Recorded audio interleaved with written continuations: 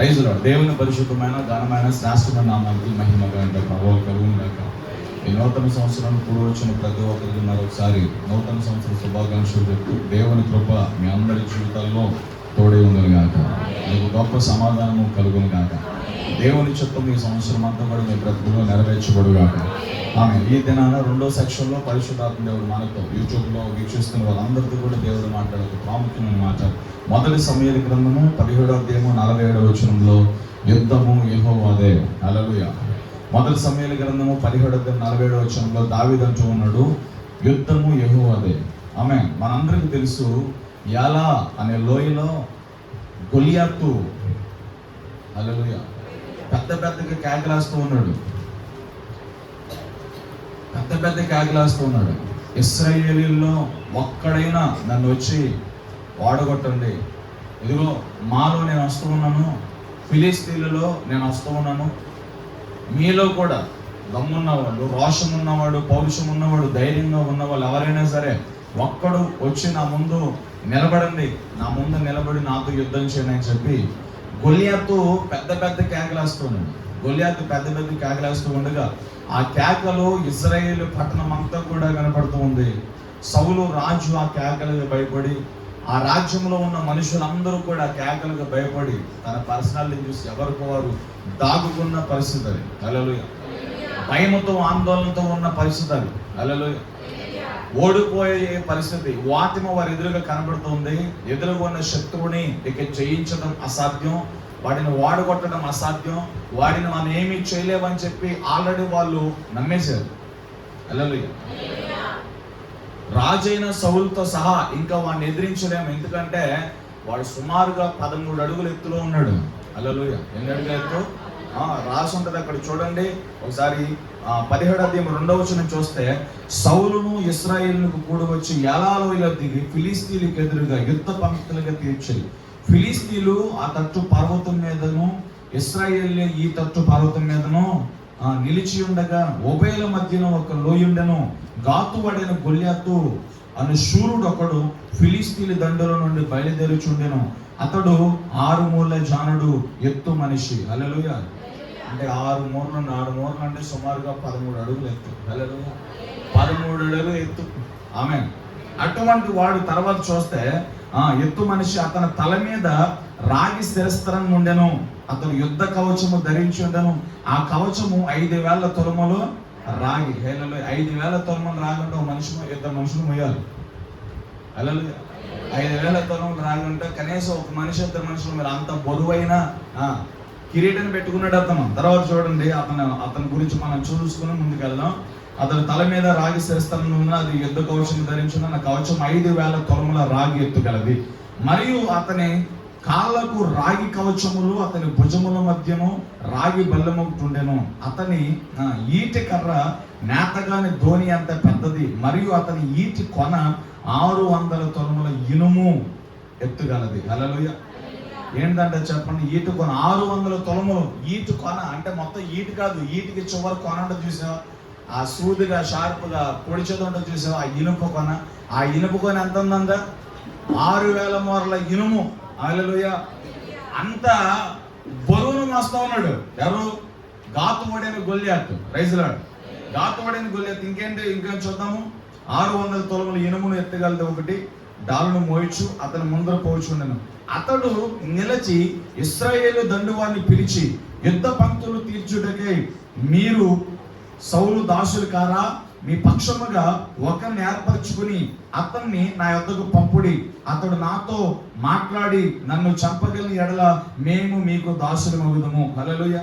నేను అతన్ని జయించి చంపిన ఎడల మీరు మాకు దాసులై మాకు దాస్యం చేయుదురు. హల్లెలూయా. ఇది పరిస్థితి. ఎంత ఉన్నాడు చెప్పండి? 6 మూరల జాన అంటే 13 అడుగులు ఎత్తై ఉండి, డాలు పట్టుకుని, ఈటు పట్టుకుని, బల్లెమును పట్టుకుని, కత్తి పట్టుకుని యాలాలోయలకు దిగొచ్చాడు. యాలాలోయలకు దిగొచ్చి ఇశ్రాయేల్ ప్రజలతో చెప్తున్నాడు, ఇదిగో సౌలు రాజా, నువ్వే కానీ మీ రాజ్యంలో ఉన్న ఇశ్రాయేలే కానీ ఎవరైనా సరే నా ముందుకు వచ్చి నిలబడని చూస్తాను. చాలా సందర్భాల్లో విన్నట్టు ఉంటుంది, కానీ దేవుడు మరొక కొత్త కోణంలో మనతో మాట్లాడి ఇష్టపడుతున్నాడు. హల్లెలూయా. పిల్లలు మీరు కంట్రోల్ చేసుకోవాలి. పిల్లల్ని కంట్రోల్ చేయాలి. ఏడ్చే పిల్లలు అంటే అర్జెంటుగా లేచి బయటకు వెళ్ళిపోవాలి. బయట నుంచి నేను వాక్యం అనొచ్చు. హల్లెలూయా. అందరి చేతులు తెలియజేద్దాం. దేవుడు చాలా నూతనంగా మనతో మాట్లాడతాడు మాకు. ఆమేన్. హల్లెలూయా. ఇప్పుడు ఈ గాతువడైన గొల్యాతు యాలలోయలో నిలబడి అంటున్నాడు, రాజుతో మాట్లాడుతున్నాడు, రాజ్యంలో ఉన్న వారందరితో మాట్లాడు.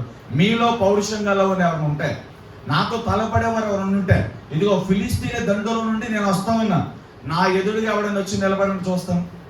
ఏమండి, నా ఎదురుగా వచ్చి నిలబడాను. ఎవడైనాను మీలో నుండి ఒక్కడు వచ్చి నా ముందు నిలబడి నాతో మాట్లాడితే చాలు, యుద్ధం కూడా చేసాల, నా ముందు నిలబడి మాట్లాడితే, నన్ను ఓడిస్తే, నన్ను చంపితే, మేమందరము మీకు దాసులు, అందరిని చంపవసలా. ఫిలిస్తీన్ల పక్షంగా నన్ను ఒక్కడిని చంపితే ఫిలిస్తీన్లందరూ మీకు దాసులు అవుతారు. హల్లెలూయా. నేను మీలో ఒక్కడిని పంపించండి, నేను మీలో ఒక్కడిని చంపితే మీరు మాకు దాసులు అవుతారంటూ కింద వచ్చులని మీ ఇంటికి చదువుకున్నట్లయితే, మీ దేవుడు కూడా నా చేతిలో నుండి మిమ్మల్ని రక్షించలేడు అని చెప్పి చాలా మాటలు మాట్లాడాడు. హల్లెలూయా. సౌలు బెన్యామీను గోత్రికుడు, ఈటి విసిరిటలో ఆలుతేరిన వ్యక్తి, ఇజ్రాయేలీలకు 40 సంవత్సరాలుగా రాజుగా ఉన్న వ్యక్తి, దేవుని చేత అభిషేకించబడిన వ్యక్తి. సౌలు మీద దేవుని ఆత్మ నిలిచి ఉన్నది. హల్లెలూయా. కానీ అభిషేకాన్ని పాల్గొట్టుకుని దేవునికి దూరంగా కూర్చొని గొల్యాతుని ఫేస్ చేయలేక చల్లారిపోయి గదిలో కూర్చున్నాడు. తన సింహాసనం మీద కూర్చున్నాడు. ఏం చేయాల పాలు పొందుతులా, అర్థం కావట్లా. రాజ్యంలో ఎవరైనా డేర్ చేసి వెళ్తారంటే గొల్యాతు ఆకారాన్ని చూసి ఒక్కడ కూడా ఒక్క అడిగేయట్లేదు. హల్లెలూయా. దావీదు తన తండ్రి ఏం చేశాడంటే, అన్నలందరూ కూడా ఫిలిస్తీన్లతో యుద్ధం చేయడానికి సిద్ధపడుతున్నారు బాబు, వాళ్ళందరూ క్షేమము కనుక్కొని స్నాక్స్ ఇచ్చరని చెప్పి అన్నల క్షేమాభివృద్ధి కోసం నువ్వు వెళ్ళి ఒక మంచి సమాచారం అద్దెకు తీసురా, అన్నలందరూ క్షేమంగా ఉన్నారో లేదో తెలుసుకుంటారా అని చెప్పి ఆ సమయంలో గొర్రెల కాపురి అయిన దావీదుని తన తండ్రిని యెషయా పంపించాడు. యాలాలోయగాడికి వచ్చేసరికి అందరూ భయపడిపోతున్నారు. ఫిలిస్తీన్లందరూ కేరింతలు కొడుతున్నారు, ఫిలిస్తీన్లందరూ శత్రువులందరూ చప్పట్లు కొడుతున్నారు, పెద్ద పెద్ద ఆహ్లాదకరమైన ఆర్భాటమైన కేకలను పడుతున్నాయి. శత్రువుల ఎదుట ఏ ఒక్క ఇశ్రాయేలీయుడు తలెత్తుకుని నిలబడలేకపోయాడు. శత్రువుల ఎదుట ఇశ్రాయేల్ అందరూ కూడా తలదించుకుని సిగ్గుతో ఉన్నారు, భయముతో ఉన్నారు, భీతితో ఉన్నారు. ఏ ఒక్కడు కూడా ముందుకు వేసే పరిస్థితి లేదు, మాట్లాడే పరిస్థితి లేదు. హల్లెలూయా. గాతువాడైన గొల్యాతు ముందు నిలబడిన దాఖలాలేమీ లేవు. యాలాలోయ కాడికి వచ్చేసరికి దావీదు చెవులు ఈ మాటలు నిలబడుతున్నాయి. ఒక్కడు కూడా లేడా? నా ముందు నిలబడేవాడు ఒక్కడు కూడా లేడా? నాతో మాట్లాడేవాడు ఒక్కడు కూడా లేడా? నాతో యుద్ధం చేసేవారు ఒక్కడు కూడా లేరా? ఇదిగో ఈ దినాన మీ దేవుడు కూడా మిమ్మల్ని నా చేతుల నుంచి విడిపించలేడు. ఈరోజు మీరందరూ కూడా మాకు దాసులు కావాల్సిందే, మాకు బానిసలు కావాల్సిందే అని అంటూ ఉండగా దావీదు రక్తం మరిగిపోతూ ఉంది. దావీదుకు రోషం పొడుచుకొస్తూ ఉంది. తెచ్చిన స్నాక్స్ నేలకేసి కొట్టి అన్నల దగ్గరికి వెళ్ళాడు. అన్న, దేవుడు మనకు తోడుగా ఉన్నాడు కదా, యుద్ధంలో ఆరితేరిన వారు కదా మీరు, ఎంతమంది మీరుండి దేవునికి వ్యతిరేకమైన మాటలు, ఆ సున్నత లేని ఫిలిస్తీయుడు అసలు వాడెవడాడు దేవుని గురించి మాట్లాడడానికి, దేవుని సొత్తయ్య ఉన్న దేవుని ప్రజల గురించి మాట్లాడడానికి, వాడు ఏ పార్టీ వాడు, ఎందుకు మీరు అలా ఊరుకున్నారంటే అన్నలు అంటున్నారు దావీదు యొక్క అన్నలు, అరే నువ్వు చిన్నోడివి, నువ్వు బాలుడివి, నువ్వు యుద్ధము చూడడానికి వచ్చావు, చూసి వెళ్ళిపోయేటట్టుగా ఉండు. హల్లెలూయా. నువ్వు ఎక్కువ మాట్లాడు, మాకు వాడు ఎలా ఉన్నాడో చూసావా, వాడు ఎత్తు చూసావా, వాడి చేతిలో ఉన్న ఈటి చూసావా, బల్లెం చూసావా, డాలు చూసావా, ఏమనుకున్నావు, అతని ముందు ఎలా నిలబడతావు, నువ్వు మామూలుగా ఉండు, నువ్వు వెళ్ళిపో అని చెప్పి దావీదుని చల్లార్చేశారు. ఇలా చల్లార్చేవాడు చాలా మంది ఉంటారు. ఈ కథ వింటే చాలా ఆత్మీయ లోతుల్లోనికి పరిశుద్ధాత్మ దేవుడు ఈ స్టోరీ నుంచి చాలా ఆత్మీయతలోనికి దేవుడు ఈరోజు తీసుకెళ్ళబోతున్నాడు. చల్లారు చేశారు. మండుతూ ఉన్న దావీదు మీద అన్నలు చన్నీళ్ళు చల్లుతూ ఉన్నారు. నీ వల్ల కాదు, మన వల్ల కాదు, వాడిని జయించలేం, నువ్వు ఎందుకు వచ్చావు అది చూసుకుని వెళ్ళిపో, నువ్వు ఎక్కువ మాట్లాడము, మేము పెద్దోళ్ళు, నేను చెప్తున్న మాట విను, నువ్వు చిన్నోడు, నీకు తెలియదని చెప్పి ఆత్మావేశంతో ఉన్న దావీదు మీద చన్నీళ్ళు చల్లుతున్నారు, ఆరిపేస్తూ ఉన్నారు. ఇక్కడ పనేయట్లేదని చెప్పి నేరుగా రాజనగర్కి వెళ్ళాడు. రాజనగర్కి వెళ్తే రాజైన సౌలు కూడా ఏం చేయాలో తెలియక జుట్టు పీక్కుంటున్నాడు, కిరీటం పక్కన పెట్టి. రాజయ్య ఎందుకు అలా దిగాలుగా ఉన్నారు, కింద నుంచి బయట చూశాడు సౌలు దావీదుని. హల్లెలూయా. విషయం అర్థం చేసుకుని దావీదు ఏమన్నాడు తెలుసా, నేను వెళ్తాను, ఇశ్రాయేలీయుల పక్షంగా నేను వెళ్తాను, నేను వెళ్ళి యుద్ధం చేస్తాను, నాకు పర్మిషన్ అవ్వు, నేను వెళ్తాను. నువ్వు రాజు కదా, నీ పర్మిషన్ తీసుకుని నేను వెళ్తా, మంచిది కదా. కాబట్టి నీకు చెప్పి వెళ్దామని వచ్చాను. నువ్వు చెప్పింది వినటానికి రాలా, నేను నీకు చెప్పి వెళ్దామని వచ్చాను. ధైర్యం చూసి సౌలు కొద్దిగా నమ్మి కలిగింది. కానీ గొల్యాతు ఆకారం ఎదురుగా కనబడుతుంది. గొల్యాతు స్వరం సౌలు చెవుల్లోనికి పగలగొట్టుకుంటూ వచ్చేస్తుంది, చాలా లౌడ్గా వచ్చేస్తుంది. ఆ స్వరం ముందు భయం ఆగుతుల్లా, ఆ పర్సనాలిటీ ముందు వీళ్ళ భీతి ఆగుతుల్లా. భయముతో భీతితో గొల్యాతు స్వరానికి, గొల్యాతు ఆకారానికి భయపడిపోతున్నారు. హల్లెలూయా. దావీదు ఒకటే అన్నాడు, నేను గొర్రెల కాపరిని రాజా, నా గొర్రెల మంద మీదకి సింహం వచ్చింది, నేను సింహం మీదకి దూకాను, సింహం నా ముందు నిలబడలేకపోయింది, ఒక గుద్ది సింహాన్ని చంపేశాను. మరికొన్ని రోజుల తర్వాత పెద్ద ఎలుగుబంటి వచ్చింది, మరలా ఎలుగుబంటి మీదకి దూకాను, ఆ ఎలుగుబంటితో నేను పోరాడాను. నేను ముందు చంపిన సింహము, ఎనమాల చంపిన ఎలుగుబంటి, ఈ రెండింటిని దేవుడు నా చేతికి అప్పగించాడు. సింహమును ఎలుగుబంటిని ఎలాగైతే దేవుడు నా చేతికి అప్పగించాడో అలాగే ఈ గొల్యాతును కూడా దేవుడు నా చేతికి అప్పగిస్తాడంటూ అక్కడ చెప్తున్నాడు. మొదటి సమూయేలు గ్రంథము 17వ అధ్యాయము 47వ వచనంలో, యుద్ధము యెహోవాదే. హల్లెలూయా. యుద్ధము యెహోవాదే. ప్రైజ్ లార్డ్ చెప్పండి. యుద్ధం ఎవరిది?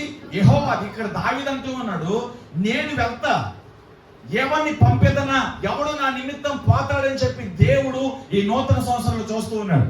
రాత్రి ప్రసంగంలో దేవుడు మనతో మాట్లాడాడు. ఎవరైతే పూర్ణ హృదయంతో, పూర్ణ బలముతో దేవుని తట్టు తిరుగుతారో, దేవుని మీద ఆనుకుంటారో, వారి స్వబుద్ధిని ఆధారం చేసుకోవనుక దేవుని మీద నమ్మిక ఉంచుతారో, వారందరి జీవితంలో దేవుని కృప ఉంటుంది. హల్లెలూయా. ఈ 2వ సెక్షన్లో దేవుడు చెప్తున్నాడు, మీ అందరి మీద నా ఆత్మను స్థిరపరుస్తానని దేవుడు చెప్తున్నాడు. మీ అందరి పక్షముగా యుద్ధము చేయవాడిని నేనే. హల్లెలూయా. యుద్ధం చేయబడి ఎవరంటే మనంగా. ఈ లోకంలో మనం గెలవాలి అంటే అనేక పోరాటాలు, వ్యతిరేకతల మధ్య మన మార్గాలు సరళం చేయబడాలంటే, మన శత్రువులు ఎదుట గొప్ప విందు కలగాలి అంటే దేవుడు మన పక్షంలో యుద్ధం చేయాలి. హల్లెలూయా.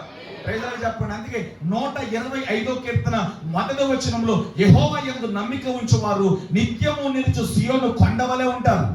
హల్లెలూయా. వారు కదల్చబడరు. వారి విశ్వాసంలో కానీ, వారి ప్రార్థన జీవితంలో కానీ, వారి పరిశుద్ధ జీవితంలో కానీ, వారి సాక్ష్యంలో కానీ ఎక్కడ చెదిరిపోరు. ఎందుకని తెలుసా? యెహోవా యందు నమ్మిక ఉంచువారు నిత్యము నిలుచు సియోను కొండవలే ఉంటారంట. హల్లెలూయా. Praise the lord. అందరూ గొల్యాతును చూశారు, గొల్యాతు ఆకారాన్ని చూశారు, కానీ గొల్యాతును పడగొట్టగలిగిన దేవుని చూడలేకపోయారు. వాళ్ళందరూ దేవుణ్ణి చూసి ఉంటే గొల్యాతునికి భయపడేవాళ్ళు కాదు. వాళ్ళందరూ దేవుని ఆత్మతో ముందుకెళ్ళగలిగితే గొల్యాతుకి భయపడేవారు కాదు. దావీదు వారందరికీ కూడా చాలా ప్రత్యేకంగా ఉన్నాడు. హల్లెలూయా. ఇశ్రాయేలు ప్రజల్లో దావీదు చాలా ప్రత్యేకంగా ఉన్నాడు. ఏంటి ఆ ప్రత్యేకత? ఇదే మనం నేర్చుకోబోతున్నాం. ఏంటి ఆ ప్రత్యేకత అంటే, అందరూ గొల్యాతుని చూసి భయపడుతుంటే దావీదు గొల్యాతుని ఎదిరిస్తూ ఉన్నాడు. అందరూ సమస్యను చూసి భయపడుతున్నారు, అప్పులు చూసి భయపడుతున్నారు, రోగాన్ని చూసి భయపడుతున్నారు. ఈ నూతన సంవత్సరంలో కనుక ఇంకా నువ్వు అలా ఉండకూడదని దేవుడు చెప్తున్నాడు. నీ సమస్య ఏదైనా, నీ బాధ ఏదైనా, నీ జీవితంలో ఉన్న వ్యతిరేకతలు ఏమైనా, వాటికి నువ్వు భయపడితే నువ్వు ముందుకెళ్ళాలి. విశ్వాసముకు కర్త, దానిని కొనసాగించబడిన యేసు వైపు చూచుచు. ఆమేన్. నీ ముందు ఉన్న యాత్ర, నీ ముందు ఉన్న పరుగు, దేవుడు ఏది చెయ్యాలని ఉద్దేశించాడో అది జరిగించుటకు నీ వెనక ఉన్న వాటన్నిటినీ మరిచి నిన్ను గొప్పగా నీ పక్షాన్ని యుద్ధం చేసి జయించే దేవుని వైపు చూడగలిగితే ఈ సంవత్సరం ఒక బ్లెస్డ్ ఇయర్గా మారిపోతుంది. హల్లెలూయా. ఎంతకాలం నీ వెనక తట్టు చూస్తావు, ఎంతకాలం శ్రమలు చూస్తావు, అక్కడున్న యుద్ధ పంక్తులలో ఉన్న వారందరూ, యుద్ధ నైపుణ్యత కలిగిన వారందరూ, ఈటెలు బల్లెములతో యుద్ధం చేసేవారు, కత్తులతో యుద్ధం చేసేవారు అందరూ కూడా గొల్యాతును చూసి భయపడుతుంటే ఏ ఆయుధం లేకుండా బాలుడైన గొప్ప దావీదు గొల్యాతు ముందు నిలబడ్డాడు. ఈరోజు దేవుడు నీతో నాతో మాట్లాడుతుంది తెలుసా? నీ సమస్య ఎక్కడో అక్కడ నువ్వు నిలబడాలి. నీ పోరాటం ఏదో అక్కడ నువ్వు నిలబడాలి. నా వల్ల కాదు అనుకోవద్దు. నీ పక్షం యుద్ధం నేను చేస్తాను. నువ్వు నిలబడతాయి. సమస్యలో నిలబడు, పోరాటంలో నిలబడు, ప్రతికూలతలో నిలబడు. వెనక్కి వెళ్ళిపోతే, భయపడిపోతే నువ్వు దేవునికి పనిచేయవు. నువ్వు ఎప్పటికీ బ్లెస్ అవ్వవు, నువ్వు ఎప్పటికీ వాడబడలేవు. కష్టాన్ని చూసి, బాధను చూసి, సమస్యను చూసి మనము సొమ్మసిల్లిపోయి కూర్చుంటే దేవుని చేతులను మనం రాలేము. హల్లెలూయా. ఇక్కడ ఒక మాట మనం నేర్చుకున్నాం. అందరూ గొల్యాతును చూసి భయపడ్డారు, కానీ దావీదు గొల్యాతును చూసి భయపడలా. ఎందుకు భయపడలేదంటే ఈ మనుషులందరూ కూడా గొల్యాతును చూశారు, దావీదు ఒక్కడే యేసయ్యను చూశాడు. దావీదు ఒక్కడే దేవుని మహిమను చూశాడు.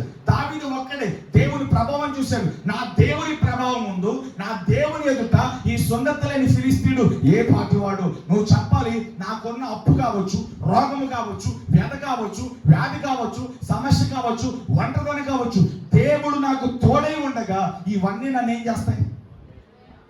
ఇది విశ్వాసం. ప్రతి జీవితాన్ని మనం కదిలితే ప్రతి జీవితంలో ఏడుపు బయటకు వస్తుంది, ఒక ఘోష బయటకు వస్తుంది, ఒక బాధ బయటకు వస్తుంది. ఏ బాధ అయినా, ఏ ఘోష అయినా, ఏ కన్నీరైనా నీ కన్నీటిని తొడవగలిగిన వాడు యేసయ్యే. నీ గాయాలను కట్టగలిగిన వాడు ఆయనే. హల్లెలూయా. అందుకే నిన్న కూడా చెప్పు, ఏ మనుషులు ఎదుట చేయి చాపొద్దు, నీ చేతిని యేసయ్యకి ఇచ్చేయి, నీ జీవితాన్ని యేసయ్యకి ఇచ్చేయి. ఉత్తమమైన అనుకూలమైన మీ దేహములను సజీవ యాగంగా ఆయనకు అప్పగించండి. రోమపత్రిక 12:1 రాయబడిన మాట. హల్లెలూయా. మీరందరూ మీ సొత్తు కాదు, వెలపెట్టబడి కొనబడిన వారు. ఆమె నీ జీవితంలో ఎన్నో సమస్యలు, 24 అంతా సమస్యలే. ఏదో నవ్వుతూ ఉన్నావు కానీ అదే సమస్యలతో న్యూ ఇయర్ లో అడుగు పెట్టేవేమో. ఈ సంవత్సరము, ఈ నూతన సంవత్సరంలో, ఈ మొదటి సెక్షన్ లో హల్లెలూయా దేవునికి అప్పగించి, ప్రభా నా పక్షంగా నువ్వు యుద్ధం చేయ ప్రభా. ఇదిగో నా సమస్య, నా అప్పు, నా వ్యధ, నా వ్యాధి, నా బలహీనత, ఇదిగో నా ప్రాబ్లమ్స్ అన్ని నీ ఎదుటి పెడుతున్నా, నువ్వు చూసుకో ప్రభా. పేతురు అదే చెప్తున్నాడు, మిమ్మల్ని గురించి ఆయన చింతిస్తున్నాడు. మీ యావత్ చింత ఆయన మీద వేయండి. మీరు చింతపడి, మీరు బాధపడి మోరడు అధికంగా లేరు, తగ్గలేరు, పెరగలేరు, తగ్గలేరు. ఒక నల్ల వెంట్రుకలు ఒక దాన్ని తెల్లగాను చేయలేరు, నల్లగాను చేయలేరు. అలా మిమ్మల్ని గురించి ఆయన చింతిస్తుంటే మీరెందుకు చింతపడుతున్నారు? మీరు చింతించి ఏం చేయగలుగుతారు? మీరు బాధపడి ఏం చేయగలుగుతారు? మీ కష్టాలు ఉన్నాయి, నేను ఒప్పుకుంటాను, నాకు నాయి ఉంటాయి, మీకు నీ ఉంటాయి. మనందరికీ యుద్ధం చేసేది ఆయనే, మనందరికీ జయమిచ్చేది ఆయనే. అందరూ గొల్యాతును చూసి భయపడ్డారు, కానీ దావీదు గొల్యాతును చూసి పోరాడాడు, గొల్యాతు ముందు నిలబడ్డాడు. ఎందుకని అంటే ఆ ప్రజలందరూ గొల్యాతును చూశారు, దావీదు దేవుణ్ణి చూశాడు. మొదటి పాయింట్ రాసుకోండి. ఈ సంవత్సరం అంతా కూడా ఏ కష్టం వచ్చినా, ఏ సమస్య వచ్చినా, ఏ బాధ వచ్చినా నేను దేవుణ్ణే చూస్తాను, దేవుని వాక్యాన్ని నమ్ముతా, దేవుని మాటని నమ్ముతా. ఏ మనుషుడైతే దేవుని మాటను నమ్ముతాడో, దేవుని మాటను ఆధారం చేసుకుంటాడు, దేవుని మాట మీద నమ్మిక ఉంచుతాడో, దేవుని మాటను ఆధారం చేసుకుని యెహోవా ఈరే అని దేవునికి సమయం ఇస్తారో, దేవునికి అవకాశం ఇస్తారో, వారి జీవితంలో దేవుడు యుద్ధం చేస్తాడు. యుద్ధం యెహోవాదే. హల్లెలూయా. భయపడద్దు, డోంట్ ఫియర్. ఏ విషయంలో అసలు భయపడద్దు. మీరు భయపడుటకు మీలో ఉన్నది దాస్యపాత్మ కాదు, శక్తియు ప్రేమయు ఇంద్రియ నిగ్రహము కలిగిన దేవుని దత్త పుత్ర ఆత్మను మనం పొందాము. మనందరం వెలపట్టబడి కొనబడి ఉన్నాం. ఎంతకాలం దాస్యంలో ఉంటావు, ఎంతకాలం భయపడుతూ ఉంటావు? దేవుడు ఆల్రెడీ మిమ్మల్ని విమోచించానని మాట్లాడుతున్నాడు. నీ మీద పాపము లేదు, శాపము లేదు. మిమ్మల్ని ఆల్రెడీ నేను క్షమించి రక్షించాను. మీరు నా సొత్తు, మీరు నా ప్రియులు, మీరు నా స్నేహితులు, మీరు నా కుమారులు, మీరు నా కుమార్తెలు అని దేవుడు మాట్లాడుతుంటే ఇంకెంతకాలం పాపానికి భయపడతావు? నీ సమస్యలకు భయపడతావు? చెరలో ఉన్నవారిని ఎప్పుడు విడిపిస్తావు? ప్రభు హితవచనాన్ని ఎప్పుడు ప్రకటిస్తావు? ప్రభు సాక్ష్యము, దేవుని మహిమ ఎప్పుడు నీలో నుంచి వెదజల్లుద్ది? నువ్వు వెలిగించబడిన దీపాన్ని కొంచెం కింద మంచం కింద పడితే పని అవ్వదు. ఈ సంవత్సరము వెలిగించబడిన నీవు రావాలి సందులోనికి, వెలిగించబడిన నీవు రావాలి పట్టణాల్లోనికి, వెలిగించబడిన నీవు రావాలి దేశంలోనికి. నశించిపోతున్న వారి వద్దకు నువ్వు వెళ్ళాలా, చెరలో ఉన్న వారిని విడిపించడానికి నువ్వు వెళ్ళాలా, బలహీనతలో ఉన్న వారిని బలపరచు. దేవుడు నీ పక్షము కూడా యుద్ధం చేయబోతున్నాడు. ఖాళీగా కూర్చోమదు. నేను చెప్పా, ఒంటరిగా ఉంటే దేవునితో మాట్లాడు, నలుగురితో ఉంటే దేవుని గురించి మాట్లాడు. భయపడదు. ఎవరు ఏమి చేయలేరు. అప్పు ఉందా? ఓకే, లైట్ తీసుకో. నువ్వు టెన్షన్ పడిపోయి ప్రాణం మీద తెచ్చేసుకుని నువ్వేం చేయగలుగుతావా? ఏదైతే అదవుతుంది. నేను దేవునికి నమ్మకం ఉంటా, దేవుని మాత్రం నమ్ముతా, దేవుని ఆధారం చేసుకుంటా, దేవుడే చూసుకుంటాడు. ఒకవేళ నీ అసమర్థతను బట్టి అప్పులోకి వెళ్ళి ఉండొచ్చు, దేవునికి వ్యతిరేకమైన పని చేసే అప్పులోకి వెళ్ళి ఉండొచ్చు, కానీ దేవుడు క్షమిస్తాడు. ప్రభా, నాకు తెలియక, నిజంగా చేతగాక నా చేతులారా నేనే అప్పులోకి వెళ్ళిపోయాను. ఒక అవకాశం ఇచ్చి నాకు సహాయం చేయ ప్రభా. ఇంకెప్పుడు నా సొంత జ్ఞానంతో, నా సొంత ఆలోచనతో నేను వెళ్ళి ఈ మిస్టేక్ చేయను. ఒక్కసారి నాకు సహాయం చేయ ప్రభా. పిలవండి, నీ జీవితంలోనికి, నీ స్థితిగతులకు వేసే వస్తాడు. ఏ పక్షం యుద్ధం చేస్తాడు. యుద్ధం చేసే వారందరూ గొల్యాతుని చూశారు, సమస్యను చూశారు, బాధను చూశారు, ప్రతికూలతను చూశారు. దావీదు ఒక్కడే దేవుని చూశాడు. ఈ నూతన సంవత్సరం నువ్వు ఎలా ఉండాలో తెలుసా? సమస్యలో దేవుని వైపు చూడు, ప్రతికూలతలో దేవుని వైపు చూడు. శత్రువులను ఎదుటి నిలబడినప్పుడు వారి బలాన్ని వంచన వేయొద్దు. ఆ గుంపుని మీరు లెక్కెట్టద్దు. వారి రాజకీయ నాయకుల, ధనవంతుల, ఈ లోకంలో గొప్ప అధికారులు ఎవరైనా కావచ్చు, దేవుని కంటే ఎవరు గొప్పవారు కాదు. ఈ లోకమంతా నీకు వ్యతిరేకంగా ఉండొచ్చు, దేవుడు ఒక్కడ నీ పక్షాన ఉంటే చాలండి. హల్లెలూయా.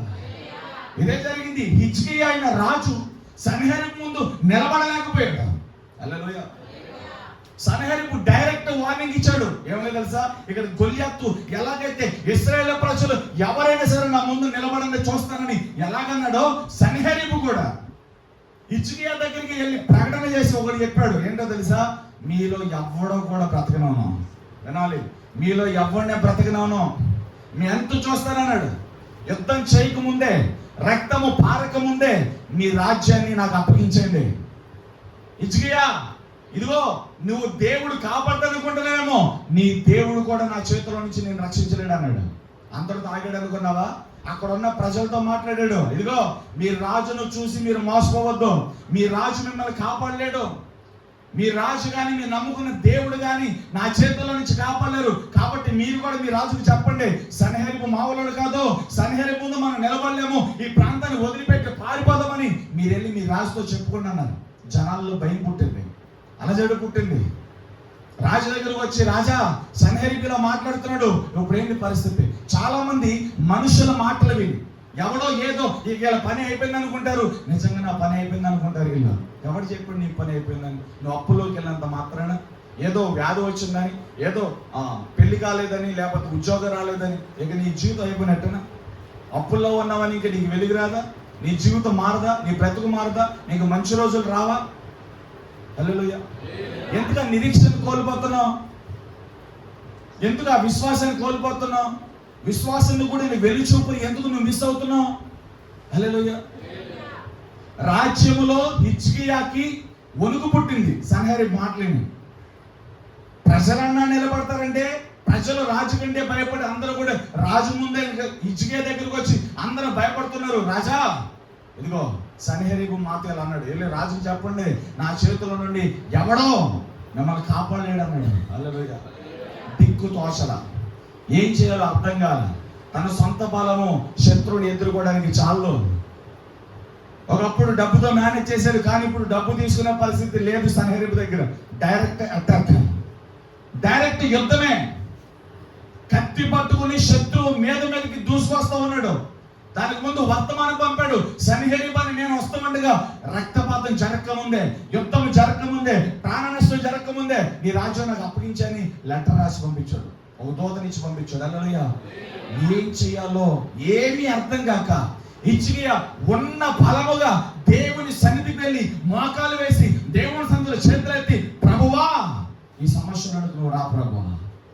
సన్హెరీబు వాడి మాటలు నువ్వు విన్నావు, వాడి ఎదుట మేము ఓడిపోకుండా, వాడి ఎదుట మమ్మల్ని నిలబెట్టేందుకు నీవే శక్తి కలిగిన దేవుడు, మా పక్షముగా యుద్ధం మీరే చేయండి అని చెప్పి దేవుని సన్నిధిని ఆశ్రయించి, హల్లెలూయా. ఇశ్రాయేలు ప్రజలు కూడా పనిచేస్తే బాగుండేది. దావీదు దేవుని ఆశ్రయించినట్లుగా, హిజ్కియా దేవుని ఆశ్రయించినట్లుగా ఇశ్రాయేలు ప్రజలు ఆశ్రయించారు. అందుకే ఇశ్రాయేలు ప్రజలందరి ఎదుట దేవుడు దావీదుని ఎన్నుకున్నాడు. హల్లెలూయా. హిజ్కియా జీవితంలోకి అదే సిచ్యువేషన్ వచ్చింది, అదే ఆ పరిస్థితి. కానీ హిజ్కియా లేట్ చేయాల, ఆలస్యం చేయాల, వెంటనే, ఎందుకంటే ఆలస్యం చేయడానికి కూడా సమయం లేదు. పరిస్థితి చేయి దాటిపోతూ ఉంది, శత్రువు మీదకి దూసుకొస్తూ ఉన్నాడు, భయంకరమైన ప్రాణ నష్టం జరగబోతుంది, పాలెంలో రక్తము పారిపోతుంది, శత్రువుల ఎదుట దేవుని ప్రజలు ఓచబోతుకోబడే సమయం అది. ఏం చేయాలి అర్థం కాక నిమిషం కూడా ఆలస్యం చేయకుండా దేవుని సన్నిధిలో పక్కవారుగా పడ్డాడు. వెళ్ళి, ప్రభా నా నీతేంటో, నా భక్తి ఏంటో నీకు తెలుసు. సన్హెరీబు అనేవాడు నా మీదకి వస్తూ ఉన్నాడు. వాడి ఎదుట మేము ఓడిపోకుండా, వాడిని ఎదిరించే సామర్థ్యం, వాడిని ఎదిరించే శక్తి మాకు లేదు. మా పక్షంలో నీవు యుద్ధం చేయ ప్రభా. మేము నిన్ను నమ్ముతున్నాం ప్రభా. హల్లెలూయా. ప్రార్థన చేశాడు హిజ్కియా, దేవుని ఆశ్రయించి దేవుని సన్నిధిలో ప్రార్థన చేశాడు అంతే. హల్లెలూయా. ఆ రాత్రి దేవుడు యుద్ధం చేశాడు. చెప్పండి, యుద్ధము యెహోవాదే. ఆ రాత్రి దేవుడు తన దూతను పంపించాడు. సన్హెరీబు మందలో 1,85,000 మంది మృత్యువాత పడ్డారండి. హిజ్కియా లేచి బయటకు వచ్చేసరికి అందరూ చచ్చిపోయారు. శత్రువులు అప్పటికే ఆల్రెడీ సన్హెరీబు విషయం తెలుసుకుని ఐగుప్తుకు పారిపోయాడు. హల్లెలూయా. నీ శత్రువు తరిమి కొట్టబడాలి. నీ జీవితంలో ఉన్న భయాలు తరిమి కొట్టబడాలి. నీ బ్రతుకులో ఉన్న వ్యతిరేకతలు తరిమి కొట్టబడాలి. ఎలాంటి తుఫాన్లు వచ్చినాయో, ఎలాంటి అలజడలు వచ్చినాయో అవన్నీ కూడా తరిమి కొట్టబడాలి అంటే మీరు వాటి వైపు చూడక మీ విశ్వాసాన్ని కొనసాగించి యేసు వైపు చూడండి. ఈ నూతన సంవత్సరంలో దేవుడు మాట్లాడుతున్న మొదటి మాట, విశ్వాసములకు కర్త. మీ యుద్ధాలన్నింటిలో జయమిచ్చే దేవుడు, మీ త్రోవలను సరళం చేసే దేవుడు, ప్రతి విషయంలో మీ కన్నీటిని తుడిచి తల్లి వలె ఆదరించే దేవుడు, మీ చేతిని పట్టుకుని నడవవలసిన మార్గంలో నడిపించే దేవుడైన యేసు వైపు చూచుచు మీరు కలిగిన దాన్ని గట్టిగా పట్టుకోండి. దేవుని మహిమను మీరు చూడబోతున్నారు. ప్రవచన రీతిగా దేవుడు చెప్తూ ఉన్నాడు. మీరు కలిగిన భక్తిని, పరిశుద్ధతను, సాక్ష్యాన్ని, యథార్థతను వదిలిపోకుండా, జారిపోకుండా గట్టిగా పట్టుకో.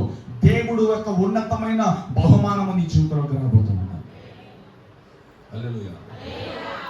దేవుని వైపు చూడాలి. ఫస్ట్ మాట దేవుని వైపు చూడాలి. పరిస్థితి వైపు చూడొద్దు, శత్రు వైపు చూడొద్దు, నీ బలహీనత వైపు చూసుకోవద్దు. నీ బలహీనత వైపు చూసుకున్నా నిన్ను నువ్వు చూసుకున్న ఇబ్బంది. అదే చెప్పాను నేను, నీ స్వబుద్ధిని ఆధారం చేసుకోవద్దు. నేను వాక్యం అంతా అదే. నీ వైపు నువ్వు చూసుకున్నావంటే, నీ బలహీనత నువ్వు చూసుకున్నావంటే నీ స్వబుద్ధిని ఆధారం చేసుకున్నట్లే. నీ స్వబుద్ధిని ఆధారం చేసుకుంటే నీకు భయం కలుగుతుంది. మనుషులు ఆశ్రయించిన భయం కలుగుతుంది. దేవుణ్ణి చూడకుండా, దేవుని వైపు తిరగకుండా, దేవుని తట్టు మనం తిరిగి దేవుని మీద ఆనుకోకపోతే మనం ఎక్కడ ఉన్నామో అక్కడ ఉండిపోతాం. ఎంతకాలం నువ్వు అలాగే ఉండిపోయావు, నామకార్థంగా వచ్చి వెళ్ళిపోతూ ఉన్నావు. వాక్యం వింటున్నావు కానీ వాక్యం ద్వారా దేవుడు నీతో మాట్లాడినప్పటికీ నువ్వు రెస్పాండ్ అవ్వకున్నావు. ఈ రోజు నా స్థితిలో నువ్వు ఉండకూడదు. దేవుడు నీతో మాట్లాడుతున్నాడు. నువ్వు లేపబడే సమయం ఇది, నువ్వు అభిషేకించబడే సమయం ఇది, దేవుని కోసం నోరు తెరవాల్సిన సమయం ఇది, చెరలో ఉన్న వారిని పట్టుకుని దేవుని ఎదురు తీసుకురావాల్సిన సమయం ఇది. దేవుడు మీ ప్రతి త్రోవలను సరళం చేసి ఒక ఉన్నత అభిషేకంతో నేను వాడుకునే సమయం ఇది. కూర్చోవద్దు, ఎండ తగ్గక ప్రార్థన చేయాలి, దేవునితో మాట్లాడాలి, దేవుని వైపు చూడాలి. మనం చేయాల్సిన పనిదే. హల్లెలూయా. ఎంతకాలం ఈ బాధలు, ఆ బాధలు, బాధ లేని మనుషులు ఎవరు ఉన్నారు చెప్పండి? ఎవరికి బాధలు లేవు. ఊర్లో బాధలు నాకేమన్నట్టు ఏడుస్తావండి నువ్వు? అందరికీ బాధలు ఉన్నాయి. యావత్ బాధల నుండి కాపాడగలిగిన దేవుడు ఉన్నాడు. నీ బాధల నుండి దేవుడు ఉల్లాస వస్త్రాన్ని ఇచ్చేందుకు దేవుడు ఉన్నాడు. నీ కన్నీటిని తొడవడానికి దేవుడు ఉన్నాడు. అరచేతిలో చెక్కుకున్న దేవుడు, ప్రాణం పెట్టిన దేవుడు, రక్తం కార్చిన దేవుడు, పేరు పెట్టి పిలిచిన దేవుడు, క్షేమాభివృద్ధిని ఇచ్చుటకు, నీ శత్రువులపైన జయమిచ్చుటకు, నీ బలహీనతలో జయమిచ్చుటకు, నీ ప్రతి త్రోవలను సరళ చేయడానికి ఒక పిల్లవాడిని తండ్రి నడిపిస్తున్నట్లుగా దేవుడు నీ తండ్రి ఉండి నడిపించడానికి సిద్ధంగా ఉన్నాడు. దేనికి ఏడుస్తావు? నాకే బాధలు ఉన్నాయి అంటే ఎన్ని బాధలు ఉన్నాయి? నీకు ఎన్ని బాధలు ఉంటే ఏంటి? దేవుని కంటే అవి గొప్పవేం కావు. హల్లెలూయా. నీ బాధల వైపు, నీ సమస్యల వైపు చూసుకుని కూర్చుంటే ఒక్కడుగు కూడా ముందుకు వెళ్ళవు. నీ బాధలు నివారించగలిగిన దేవుడు యేసయ్య. నీ అప్పులన్నిటిని, నీ సంకటములన్నిటిని కుదిర్చి నెమ్మదితో నింపగలిగిన వాడు యేసయ్య. అందుకే యెహోవా యందు నమ్మిక ఉంచండి, సియోను కొండ వలె స్థిరంగా ఉంటారు. హల్లెలూయా. భయపడకండి, భయపడద్దు. 366 సార్లు దేవుడు చెప్తున్నాడు, ప్రతిరోజు భయపడకుడి. యోహాను పత్రికలో రాయబడింది, చిన్నమంద భయపడకుడి, మీలో ఉన్నవాడు లోకంలో ఉన్నవాడు కంటే గొప్పవాడు కాడా. మీరు శక్తియు, ప్రేమయు, ఇంద్రియ నిగ్రహం కలిగిన ఆత్మీయులు పొందారు. 3 తిమోతి పత్రిక మనం చదువుతాం. హల్లెలూయా. దేనికి భయపడాలి? ఏ మనుషులకు భయపడద్దు, ఏ బాధకి భయపడద్దు, ఏ సమస్యకు భయపడదు. మీకేముందని మీరు అలాగే చెప్తారన్న, అలా చెప్పడం కాదు, ఇది సత్యం. ఇది నేనైనా నువ్వైనా పరిస్థితుల వైపు చూడకుండా దేవుని వైపు చూడగలిగితేనే దేవుడు అద్భుతం జరుగుతుంది. హల్లెలూయా. నీ బియ్యం కొండ ఖాళీగా ఉంది, కొండ వైపు చూసుకుంటే ఏమీ రాదు. కొండను నింపే దేవుని వైపు చూస్తే దేవుడు కార్యం చేస్తాడు. హల్లెలూయా. నీ చెయ్యి చాపి స్థితిలో ఉంది, నీ చేతిని చూసుకుంటే ఏమొస్తుంది? చేతిని నింపగలిగిన దేవుని వైపు చూడగలిగితే అద్భుతం జరుగుతుంది. అందుకే కొందరు రాజును బట్టి రథాలు బట్టి అతిశిస్తూ ఉంటే యెహోవా నేను నీ నామమును బట్టి అతిశిస్తున్నాను అంటాడు. ఎంతలో ఉండి అంతలో మాయమైపోయే మనుషుల మాటలు, మనుషుల ప్రేమలు, మనుషుల వాగ్దానాల వైపు చూడొద్దు. ఇవాళ మాట ఇచ్చినోడు రేపు పొద్దున మాట దక్కాస్తాడు. దేవుడు శాశ్వతుడు, ఆయన మాట శాశ్వతమైన. ఆకాశం గతించిన, భూమి గతించిన, దేవుని మాట గతించదు. యుద్ధము యెహోవాదే. చెప్పండి, నా పక్షముగా యుద్ధము యెహోవాదే. నా పక్షముగా, నా ఇంటి పక్షముగా, నా సావుకుడు పక్షంగా, నా సంఘ పక్షంగా యుద్ధము యెహోవాదే. యుద్ధము యెహోవాదే. యుద్ధము యెహోవాదే. నా బలము చాలనప్పుడు నాలో దేవుని బలము పరిపూర్ణమవుతూ ఉంది. హల్లెలూయా. నా శక్తి చాలనప్పుడు నాలో దేవుని శక్తి పరిపూర్ణమవుతూ ఉంది. నడవలేనప్పుడు దేవుడు నన్ను నడిపిస్తూ ఉన్నాడు. హల్లెలూయా. మాట్లాడేట శక్తి ఆయన దగ్గర నుంచే నాకు వస్తూ ఉంది. ఎలా మాట్లాడాలి? ఈ పరిస్థితులతో మాట్లాడాలి. పరిస్థితులు చూసి భయపడితే నిన్ను పరిస్థితులు భయపడతాయి. ఒక్క అడుగు కూడా వేయనవ్వలేవు. హల్లెలూయా. ఆ పరిస్థితులతో నువ్వు మాట్లాడాలి. నేను దేవుని బిడ్డనే, నేను ప్రభువు బిడ్డనే, నేను రాజు బిడ్డనే. ఈ సమస్యలన్నిటిలో నుండి నాకు గొప్ప నిరీక్షణ ఉంది. ఈ సమస్యలన్నీ తర్వాత నాకు గొప్ప జయం ఉంది. ఈ సమస్యల శోధన నాకు జయం ఉంది. ఆ పరిస్థితులను నువ్వు మాట్లాడాలి. దావీదు వెళ్ళి గొలియాతు ముందు నిలబడ్డాడు. ఏంటి, ఇంకా పెద్దలు అవ్వలేరా, నువ్వు వచ్చావంటే అన్నాడు. హల్లెలూయా. నీ మొహమేం కాదు, పెద్దోడు అవ్వలేదంటే వెంట నేను వస్తా వెంటరా. యుద్ధం చేసేది నేను కాదు, యుద్ధము యెహోవాదే. యుద్ధం యెహోవాదే. గొలియాతు ముందు నిలబడి యుద్ధం చేసేది నేను కాదు, యుద్ధం చేసేది దేవుడు అని చెప్పగలిగాడు. చెప్పడు కొట్టాడు ఒకసారి. నువ్వు కూడా చెప్పాలి. నీ సమస్య ముందు నిలబడి ఈ సమస్యను నేను జయించలేను, కానీ ఈ సమస్యను జయించేందుకు దేవుడు నాకు తోడై ఉన్నాడని చెప్పు. ఈ అప్పును తీర్చుటకు నా శక్తి చాలదు, నా శక్తికి మించినప్పు, కానీ ఈ అప్పు నుండి విడిపించుటకు దేవుడు నాకు తోడై ఉన్నాడు. నేను నడవలేని మార్గంలో నడిపించుటకు దేవుడు నాకు కాపరిగా ఉన్నాడు. ఎప్పుడైతే ఈ స్థితిలోకి నువ్వు వస్తావో, పరిస్థితులతో ఎప్పుడైతే నువ్వు మాట్లాడే విశ్వాసపు స్థాయిలోకి వస్తావో, అప్పుడు దేవుని చేతుల బలమైన పాత్రగా నువ్వు నింపబడతావు. వచ్చేది మీరు ప్రతి పరిస్థితులతో దేవునితో మీరు మాట్లాడాలి. ప్రతి పరిస్థితులతో దేవుని గురించి మాట్లాడాలి. నీ గురించి నువ్వు మాట్లాడు. నాకు నీ గురించి నువ్వు మాట్లాడుకుంటే ఆ పరిస్థితి రెచ్చిపోతాను, నిన్ను చూసి నవ్వుద్ది అనమాట. ఆ పరిస్థితులతో నువ్వు యేసయ్య గురించి చెప్తే అది కొనుక్కోద్దు అనమాట. హల్లెలూయా. నేను ఎంత గొప్పని తెలుసు అన్నావు అనుకో, ఆ పరిస్థితి దగ్గరికి వెళ్ళి నీ గొప్పదనం ఏంటి నేను చూస్తాను అని చెప్పి నేను వణికేస్తుంది. హల్లెలూయా. ఆ పరిస్థితికి నువ్వు యేసయ్యని పరిచయం చేసావు అనుకో, హల్లెలూయా, ఆ పరిస్థితికి నువ్వు యేసయ్యని పరిచయం చేసావు, అద్భుతం జరుగుతుంది. ఆమేన్. ఆ పరిస్థితి నేను విడిచి బయటికి వెళ్ళిపోద్ది అనమాట.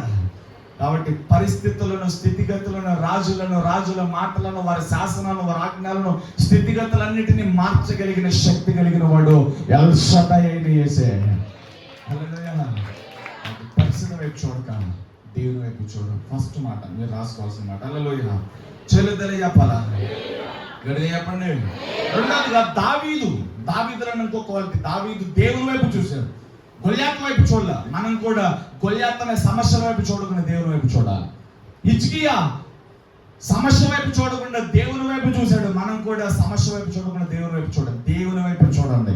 ఎవరు నిన్ను ఏమన్నా నాశనం అయిపోతావు, అలా అయిపోతావు, ఇలా అయిపోతావు అన్న, ఇక నీ పని అయిపోయిందన్న, ఎలాంటి శాపరాధాలు పెట్టినా, వినడానికి కూడా ఇబ్బందికరమైన మాటలు మాట్లాడినా సరే, ఆ మాటలు ఇలా వినాలో వదిలేసి దేవుని సన్నిధిలో ప్రార్థించండి. దేవుని వైపు చూడండి. దేవుడు మిమ్మల్ని దీవించిపోతున్నాడు. హల్లెలూయా. రెండోదిగా దావీదుల నుంచి మనం నేర్చుకోవాల్సిన యుద్ధము యెహోవాదే అనడానికి మొట్టమొదటి కారణం దేవుని వైపు చూశాడు కాబట్టి యుద్ధము దేవుడు చేయగలిగాడు. హల్లెలూయా. రెండోదిగా దావీదుల నుంచి మనం నేర్చుకోవాల్సిన పాఠము, రాసుకోవాల్సిన పాఠము, దేవుని ఆత్మానుసారంగా జీవిస్తున్న వ్యక్తి దావీదు. హల్లెలూయా. ఈ 25లో ఎవరు ఆత్మ లేకుండా ఉండకూడదు. ప్రతి ఒక్కరు దేవుని ఆత్మతో నింపబడాలి. ఏ వ్యక్తి అయితే దేవుని ఆత్మతో నింపబడగలుగుతాడో ఆ వ్యక్తిని చూసి పరిస్థితులు వణుకుతాయి అంతే, దెయ్యాలు వణుకుతాయి అంతే. వ్యతిరేకమైన ప్రతి పరిస్థితిలో కూడా సానుకూలంగా ఆత్మపూర్ణులు జీవించగలుగుతారు. ఆత్మపూర్ణులు తన పరిశుద్ధతను కాపాడుకోగలుగుతారు. యోసేపు ముందు సమస్య వచ్చింది, ఉన్నదే సమస్యల్లో, ఆ సమస్యల్లో శోధన వచ్చింది. కానీ ఆ శోధన ఎందుకు పడిపోలేదంటే యోసేపు దేవుని ఆత్మ కలిగిన వాడు. హల్లెలూయా. హల్లెలూయా. ఇశ్రాయేల్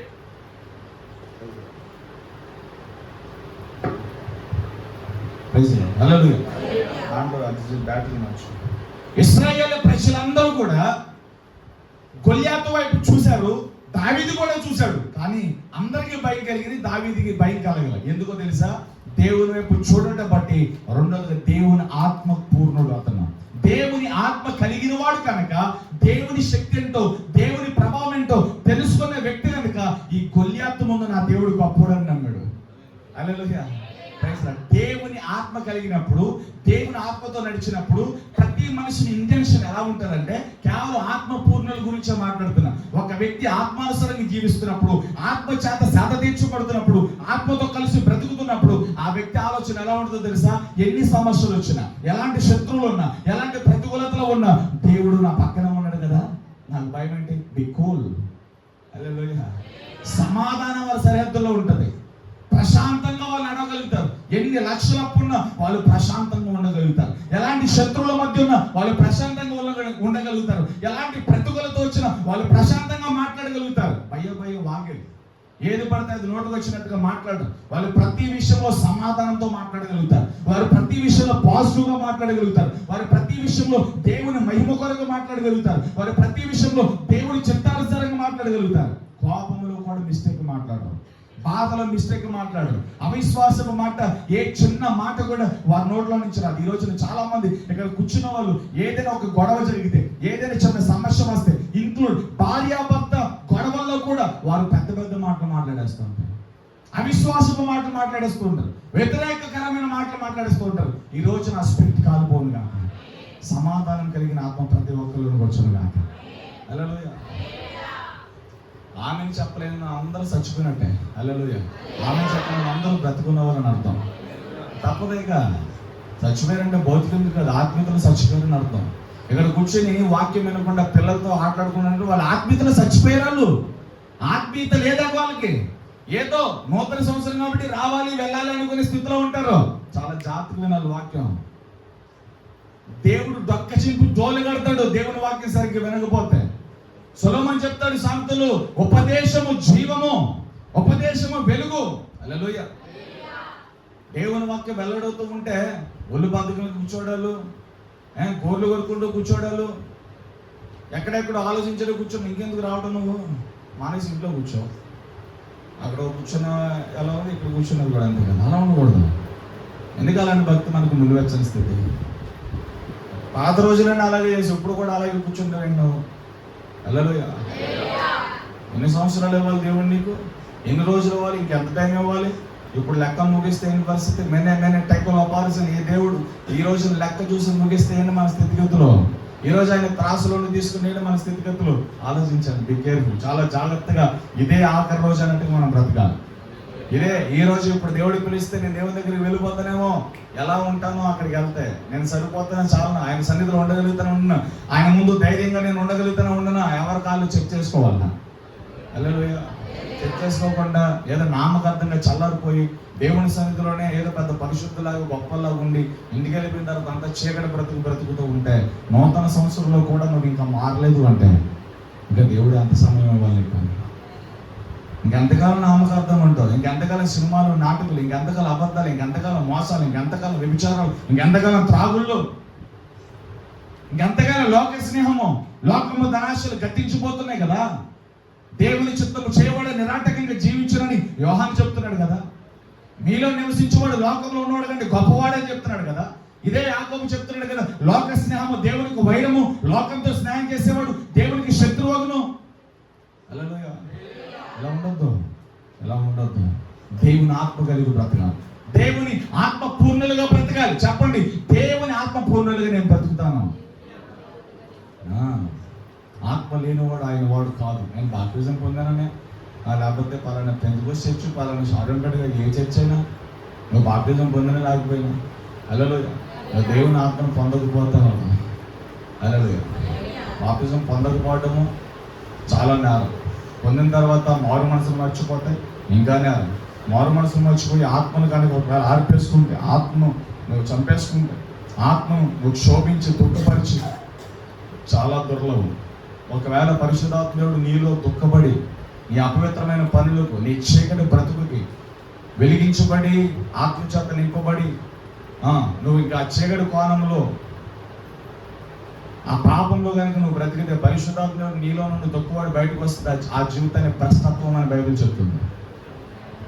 ఈ మాట కొద్దిగా ఇబ్బందిగా ఉంటుంది. ఒక్కసారి వెలిగించబడి పరిశుద్ధాత్మల పాలుగుంపులు పొంది వాళ్ళ అక్రమ సంబంధాలతో, అక్రమ చాటింగ్లతో, అక్రమ ఫోటోలతో రకరకాల అపవిత్రమైన పనులు, అపవిత్రమైన కార్యకలాపాలు జరిగించినప్పుడు పరిశుద్ధాత్మ దేవుడు మనలో దుఃఖపడి ఏడ్చుకుని ఆయన బయటకు వచ్చేసాడంటే మన ఆత్మను ఆర్పేసుకున్నామని అర్థం, ఆత్మను దూషించామని అర్థం. నువ్వు నోటితో దూషించకపోయినా నీ ప్రవర్తనతో ఆత్మను దూషించావు, అవమానపరచవు.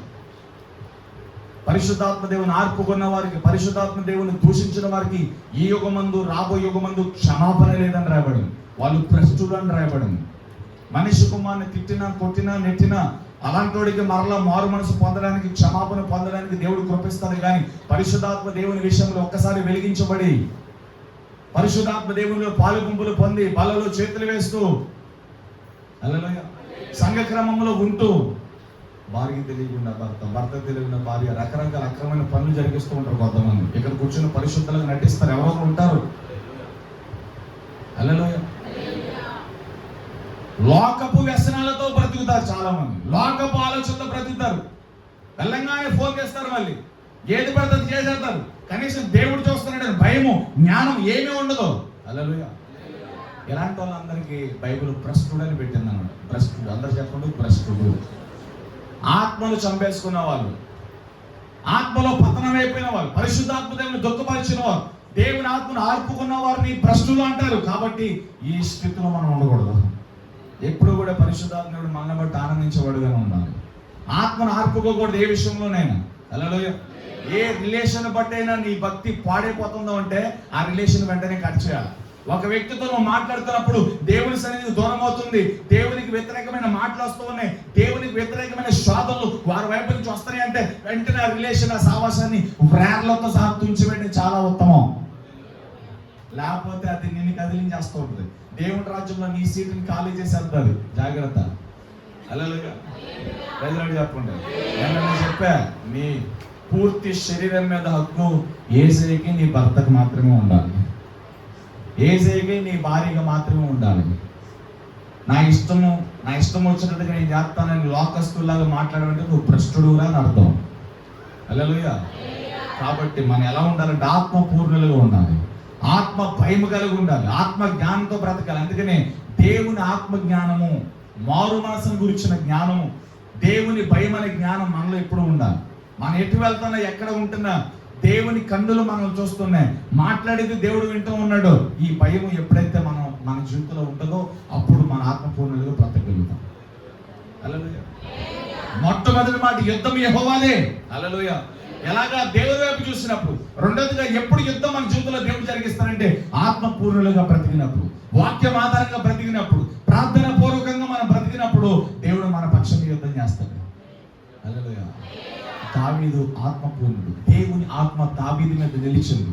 దావీదుని గురించి దేవుడు చెప్తున్నాడు, దావీదు నా హృదయానుసారుడు. హల్లెలూయా. ప్రైజ్ చెప్పండి.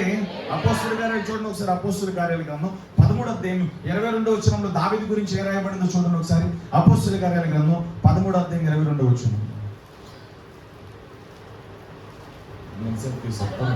తరువాత అతని తొలగించి దావీదును వారికి రాజుగా ఏర్పరిచి, మరియు ఆయన నేను యెష్షయి కుమారుడైన దావీదుని కనుగొంటిని, అతడు నా ఇష్టానుసారుడైన మనుష్యుడు, అతడు నా ఉద్దేశములన్నీ నెరవేర్చుడు. అంతమైన దేవుడు సాక్ష్యం ఇస్తున్నాడు, యెష్షయి కుమారుడైన దావీదుని నేను కనుగొంటిని. హల్లెలూయా. అతడు నా ఉద్దేశములు ఎరిగిన వాడు, అతడు ఆలోచన నా ఆలోచన ఒకటే, అతడు నా చిత్తానుసారమైన వ్యక్తి, అతడు నాకు అనుకూలమైన వ్యక్తి, అతడు సాత్వికమైన వ్యక్తి, అతడు నా కోసం బ్రతికే వ్యక్తి. దేవుడు కనుగొని సమూయేలుని పిలిచి సౌలుని విడిచి బెత్లెహేముకి వెళ్ళి యెష్షయి కుమారుల్లో ఒకరిని అభిషేకించమని దేవుడు చెప్పాడు. దేవునికి నువ్వు కావాలి. సమూయేలు ప్రవక్తను పంపించి దేవుడు ఎలాగైతే దావీదుని అభిషేకించాడో నశించిన దాన్ని వెతక రక్షించడానికి యేసయ్య లోకానికి వచ్చాడు.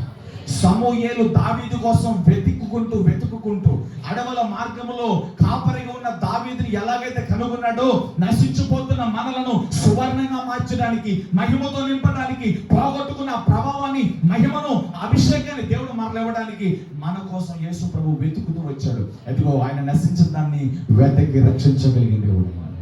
హల్లెలూయా. Praise lord. నశించిన దాన్ని వెతకి రక్షించడానికి వచ్చాడు. మనం కనుగొనలేదు, ఆయన మనల్ని కనుగొన్నట. ఆయన మన దగ్గరికి రాకపోతే మనం దేవుని కనుగొనలేం, మనం దేవుని ఎద్దకు వెళ్ళలేం. కనుక ఆయన మన ఎద్దకు దిగి వచ్చాడు. చరిత్రలే చెప్పండి.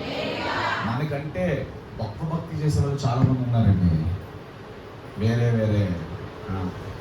తెల్లవారుజామున 3 గంటలకు లేచి 4 గంటలకు లేచి చన్నీటిల్లో తల నుంచి పై వరకు మునిగి వాళ్ళ గుళ్ళు చుట్టూ 3-4 సార్లు తిరిగి హల్లెలూయా వస్తారండి. నేను మొన్న వరవపట్నంలో పిన్ అవుతుంది, కొంతమంది ఉన్నారు కాబట్టి వాళ్ళ పేర్లు చెప్తారు. వరవపట్నంలో వచ్చాయి కాబట్టి చెప్తాను. హల్లెలూయా. నాకు నేను కైకులూరు వెళ్తున్నప్పుడు రాజపట్నం దగ్గర చెప్పులు లేకుండా చాలా స్పీడ్గా నడిచికెళ్తాను. అవి నాకు పిన్ అవుతుంది. నేను కైకులూరు వెళ్తున్నా, అప్పుడు రాజపట్నం దగ్గరలో చెప్పులు లేకుండా నడుచుకుంటూ వెళ్ళిపోతుంది. సర్లే ఏదో గుడికి వెళ్తుంది అనుకున్నాను, పక్కనే కదా అనుకున్నాను.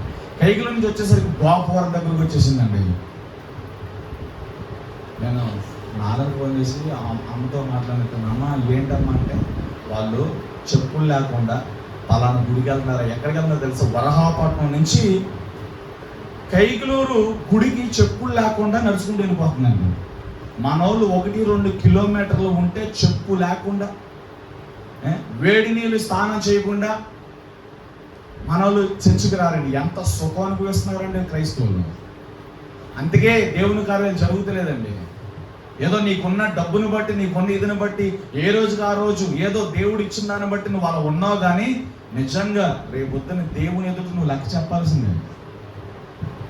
ఈరోజు ఏదో సంపాదించేసాను, నాకు తినడానికి ఉండటానికి ఇబ్బంది లేదు, కట్టుకోవడానికి బట్టకి ఇబ్బంది లేదు, మా అవసరతలన్నిటికీ ఇబ్బంది లేదు, ఏదో ఒక పోషణ ఉంది, ఏదో ఒక ద్వారం ఉంది, ఏదో ఒక అమౌంట్ వస్తుంది, మా జీవితాలు చక్కగా సాఫీగా జరిగిపోతాయి అనుకోవచ్చు.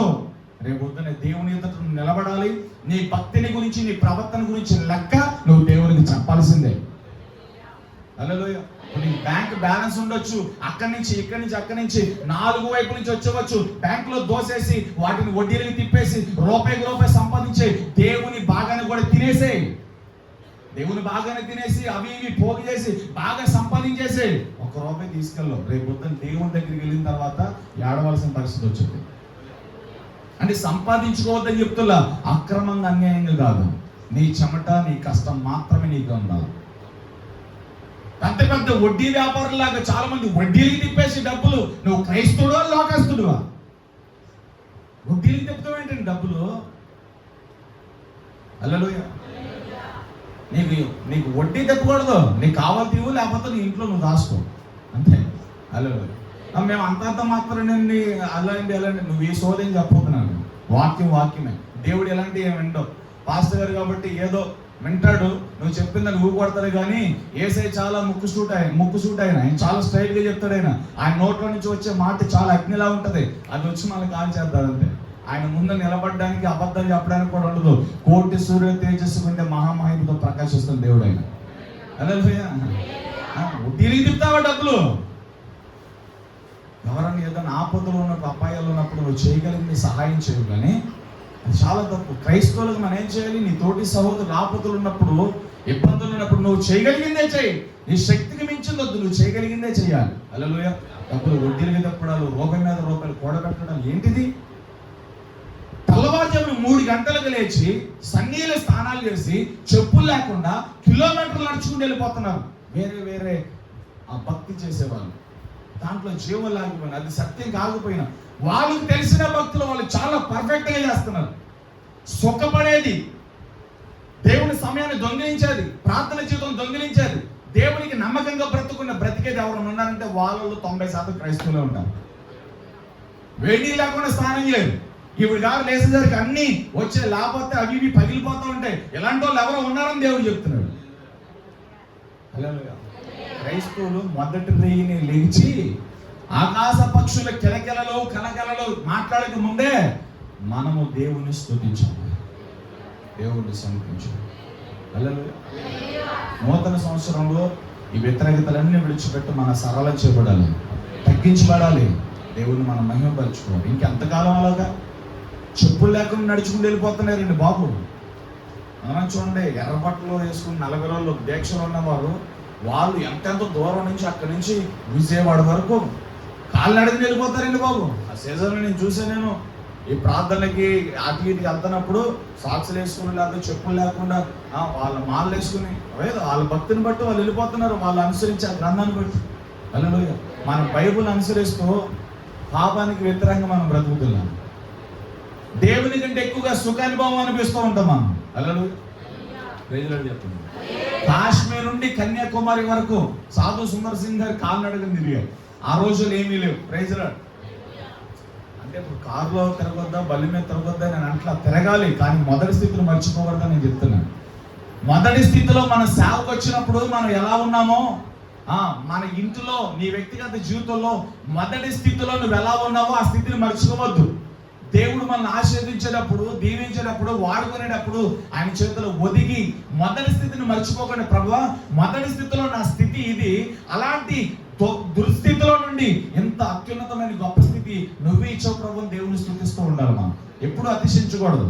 దేవుడిచ్చిన ఔన్నత్యము కలిగిన స్థితిని బట్టి మనం దేవుని ఎప్పుడు స్తుతించాలి. ఇదేదో మన గొప్పతనాన్ని బట్టి, మన జ్ఞానాన్ని బట్టి కలిగిందని ఎంచగా, ఇది దేవుని కృపను బట్టే మనకు కలిగిందని ఎంచాలి. చూసారా, చాలా మందికి ఎక్కలేదు. జీవించుచున్నామని పేరైతే నీకు ఉంది, కానీ నేను అనలా, మీరే అనుకున్నాను. అదనమాట ఆ కేటగిరీలోకి మీరు వెళ్ళదు. హల్లెలూయా. కాబట్టి ఆత్మానుసారులుగా బ్రతకండి, ఆత్మ పూర్ణులుగా బ్రతకండి. ఆమేన్. చెప్పండి, ఆత్మానుసారులుగా బ్రతకాలి. దావీదు ఆత్మానుసారుడు, ఆత్మ పూర్ణుడు, ప్రతి విషయంలో దేవుణ్ణి స్తుతించే వ్యక్తి, దేవునికి కృతజ్ఞతాస్తుతులు చెల్లించే వ్యక్తి అతను. కాబట్టి నీ పక్షంలో దేవుడు యుద్ధం చేయాలి అంటే ఆత్మపూర్ణులుగా బ్రతకాలి. ఆత్మపూర్ణులు ఎలా ఉంటారు ఒక్క మాటలో చెప్పి మిగతా పాయింట్లోకి లేదు. ఆత్మపూర్ణులు శత్రువుల మాటలను లెక్క చేయరు, అరుపులు కేకలు లెక్క చేయరు, వారి చేతుల్లో ఆయుధాలను లెక్క చేయరు, వారి వెనకమాలను అధికారులు లెక్క చేయరు. ఎలాంటి అధికారులు వచ్చి నిలబడిన వారు, ఎలాంటి ధనవంతులైనా, ఎలాంటి అధికారులైనా. హల్లెలూయా. అయితే ఏంటంట, దేవుడు చూసుకుంటాడు.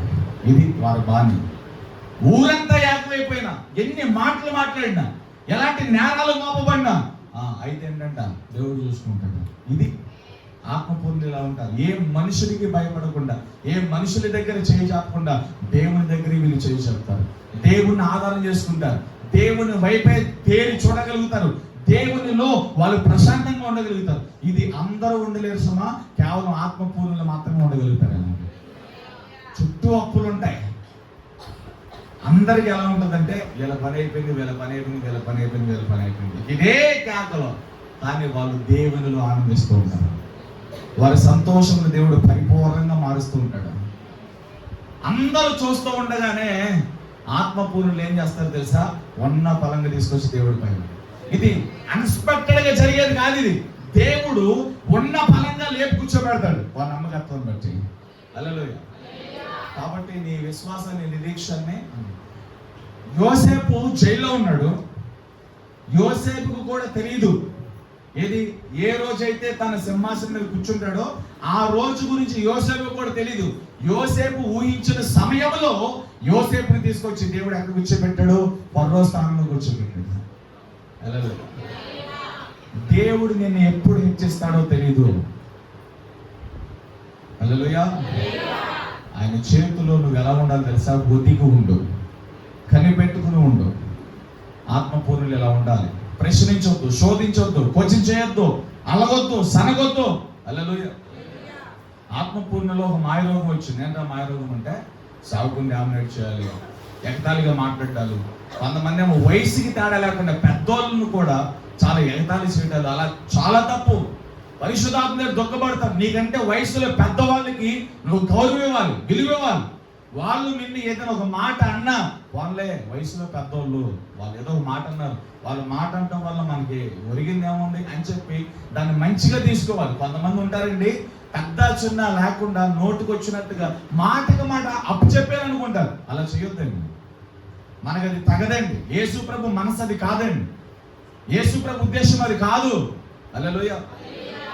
నీ తల్లిదండ్రులే కావచ్చు, నీ బావే కావచ్చు, నీ పిన్ని కావచ్చు, నీ పెద్దనాన్న కావచ్చు, నీకంటే వయసులో పెద్దవాళ్ళకి నువ్వు గౌరవం ఇవ్వాలి, విలువ ఇవ్వాలి, ఎగతాళి చేయకూడదు.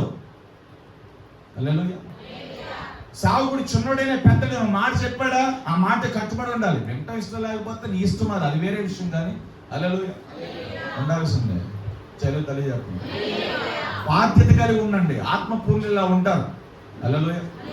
సావుకుడు ఏదైనా మాట చెప్తే జవదాటరండి ఆత్మపూర్ణులు. దేవుని భయంతో ఉంటారు. ఆత్మపూర్ణులు నేను అనుకున్నావు, ఏదో 4 భాషలు మాట్లాడి సూగుపాత ఆత్మ అనుకున్నావు నువ్వు. అది తాగుదల మాత్రమే. పరిశుద్ధాత్మ దేవుడు నీలో నివసిస్తే సావుకుడు చెప్పే ప్రతి మాటకు భయపడతా ఉంటాం, వణుకుతూ ఉంటాం. ఎక్కడికి వెళ్ళినా దేవుడు చూస్తున్నాడని భయం ఉంటుంది. ప్రతి విషయంలో ఆత్మపూర్ణులు వాక్యం ఆధారంగా బ్రతుకుతారు. వారి వాక్యం తెలిసిన వాక్యం ఆధారంగా జీవిస్తారు. హల్లెలూయా. ప్రతి దాన్ని వారు చేసే ప్రతి పనిని వాక్యంతో కూడా చేసుకుంటారు. ఇది నేను తినొచ్చా, దీనికి నేను వెళ్ళొచ్చా, నేను ఎక్కడున్న దేవుడు నన్ను చూస్తున్నాడు కదా, నా మాటలని జాగ్రత్తగా ఉండాలి. వారి మాటలు చెక్ చేసుకుంటూ ఉంటారు, వాళ్ళ ఆలోచన చెక్ చేసుకుంటూ ఉంటారు, వాళ్ళ తలంపులు చెక్ చేసుకుంటూ ఉంటారు. వాళ్ళని వారు ఎప్పటికప్పుడు పరిశీలన చేసుకుని దేవుని అధికారానికి ఒప్పుకుంటూ ఉంటారు. ఆత్మపూర్ణులు ఎక్కడ ఉన్నా వాళ్ళు దేవునితో మాట్లాడుతూ ఉంటారు. హల్లెలూయా. ఈ అనుభవం ఉందా? ఈ అనుభవం రండి. ఎక్కడ ఉన్నా దేవునితో మాట్లాడండి. ఎక్కడ ఉన్నా ఆయన నీలో నివసిస్తూ ఉన్నాడు, ఆయన నీలో సంచరిస్తూ ఉన్నాడు. ఆయన ఎవరు నీ పక్కన ఉన్నా లేకపోయినా పరిశుద్ధాత్మ దేవుడు నీలో ఉన్నాడు. ఆయన నువ్వు ఆయనతో మాట్లాడుతూ ఉండాలి. నువ్వు ఆయన అడగాలి. హోలీ స్పిరిట్ నువ్వు అడగాలి, పరిశుద్ధాత్మ ఇప్పుడు నేనేం చేయాలి, ఈ స్థితిలో ఉన్న ఈ సిచ్యువేషన్ నేనేం చేయాలి? 1 నిమిషంలో కూర్చొని కళ్ళు మూసుకొని పరిశుద్ధాత్మ దేవుని కనుక మనం పిలిస్తే నీ లోపలి నుంచి పరిశుద్ధాత్మ ఆలోచిస్తారు. చాలా మంది ఇది చేయకుండా సమస్య వచ్చినప్పుడు ఎవరికో ఫ్రెండ్కి చేస్తాం, ఎవరికో బంధువుకి చేస్తాం. వాళ్ళ బ్రతుకులోనే చాలా సమస్యలు ఉంటాయి. వాళ్ళ బ్రతుకులో ఏం చేయాలో వాళ్ళకి తెలియక ఏం చేయాలరా బాబు అని ఎత్తుబడిని కూర్చుంటే అలాంటి వాళ్ళకు నువ్వు ఫోన్ చేస్తావు. దేవుని పిలిస్తే నువ్వేం చేయాలో దేవుడు చెప్తాడు. దేవుని పిలిస్తే నువ్వు ఎటు వెళ్ళాలో దేవుడు చెప్తాడు. దేవుని పిలిస్తే నువ్వు ఎవరి దగ్గరికి వెళ్ళాలో దేవుడు చెప్తాడు. దేవుని పిలిస్తే ఎవరి దగ్గరికి వెళ్ళి ఏం మాట్లాడాలో దేవుడు చెప్తాడు. ఇది దేవుని డైరెక్షన్, దేవుడు నడిపింపింది. ప్రవక్తలందరూ పరిశుద్ధాత్మ దేవుడు ఎటు నడిపిస్తాడు నడిచారు. అపోస్తులందరూ దేవుడు ఎటు నడిపిస్తాడు నడిచారు. ఎవరు ఎదుటి నిలబడతా వాళ్ళు ఎదుటి నిలబడ్డారు. ఎక్కడ ప్రకటిస్తామంటే అక్కడ ప్రకటించారు. దేవుడు చెప్పింది చేసుకుంటూ వెళ్ళారు. వాళ్ళ సొంత జ్ఞానము, స్వనీతి, సొంత ఆలోచన, ఏ వెలుగుదూత జ్ఞానం, ఏ భ్రమపరచు జ్ఞానము వారిలో చేమంత కూడా పనిచేయలేదు. గల కారణం వారు ఆత్మపూర్ణులు. నూతన సంవత్సరంలో దేవుని వైపు చూడాలి, ఆత్మపూర్ణులుగా బ్రతకాలి. 3వ మాటలో వెళ్ళిపోతున్నాను. చాలాసేపు వివరించిన 3వ మాట 3వ మాట రాసుకోండి.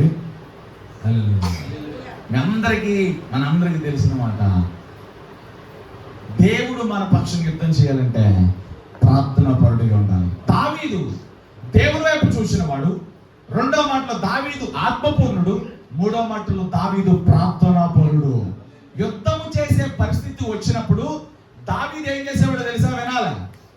యుద్ధం చేసే పరిస్థితి వచ్చినప్పుడు శత్రువు బలాన్ని అంచనా వేయడానికి, శత్రువు మీద ఎలా యుద్ధం చేయాలో ఆ డైరెక్షన్ కోసం, ఎవరు ముందుండాలి, ఎవరు వెనక ఉండాలి, వారి బలం ఏంటి, వారి స్థితిగతులు ఏంటి, మనుషులను ఆధారం చేసుకోకుండా వారి దగ్గర ఉన్న మంత్రులను పనివారిని పంపించి వేగు చూచులకు పంపించకుండా ఎవరితో యుద్ధం చేయాలో, ఎలాంటి ప్రతికూలతలో వాళ్ళు ముందుకెళ్లాలో ఆ ప్రతికూలతను, ఆ యుద్ధాన్ని, ఆ శత్రువును దావీదు నేరుగా దేవుని సన్నిధి తీసుకొచ్చేవాడు. ప్రార్థనలో పెట్టేవాడు. ప్రార్థనలో పెట్టి ప్రార్థన చేసేవాడు. దావీదు ఏం చేయాలో దేవుడు అది ప్రార్థనలో చెప్పేవాడు. అంతే. ఒక్క యుద్ధంలో కూడా ఓడిపోలేదండి దావీదు. ఎక్కడ ఓడిపోలా. దావీదు ఎక్కడ అపజయంలోకి వెళ్ళాల. దావీదు జీవితంలో మచ్చ అనేది ఎక్కడైనా ఉందంటే ఒక్క బెత్షెబా విషయంలోనే. యుద్ధము ముమ్మరంగా జరుగుతున్నప్పుడు ఆయన ప్రార్థన చేయకుండా ఆ మిద్దె పైన అటు ఇటు తిరుగుతూ ఉండగా బెత్షెబా స్నానం చేస్తుండగా చూసి పాపం చేశాడు.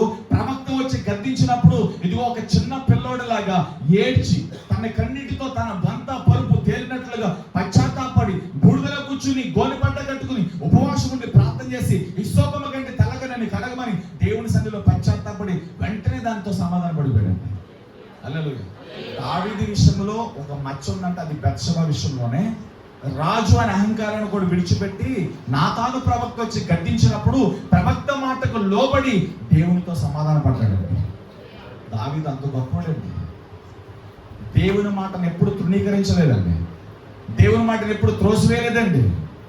హల్లెలూయా. దావీదు జీవితంలో ఎన్నో కష్టాలు ఉన్నాయండి. మనందరి జీవితంలోకి వచ్చిన కష్టాల కంటే దావీదు జీవితంలోకి వచ్చిన కష్టాలు చాలా ఎక్కువండి.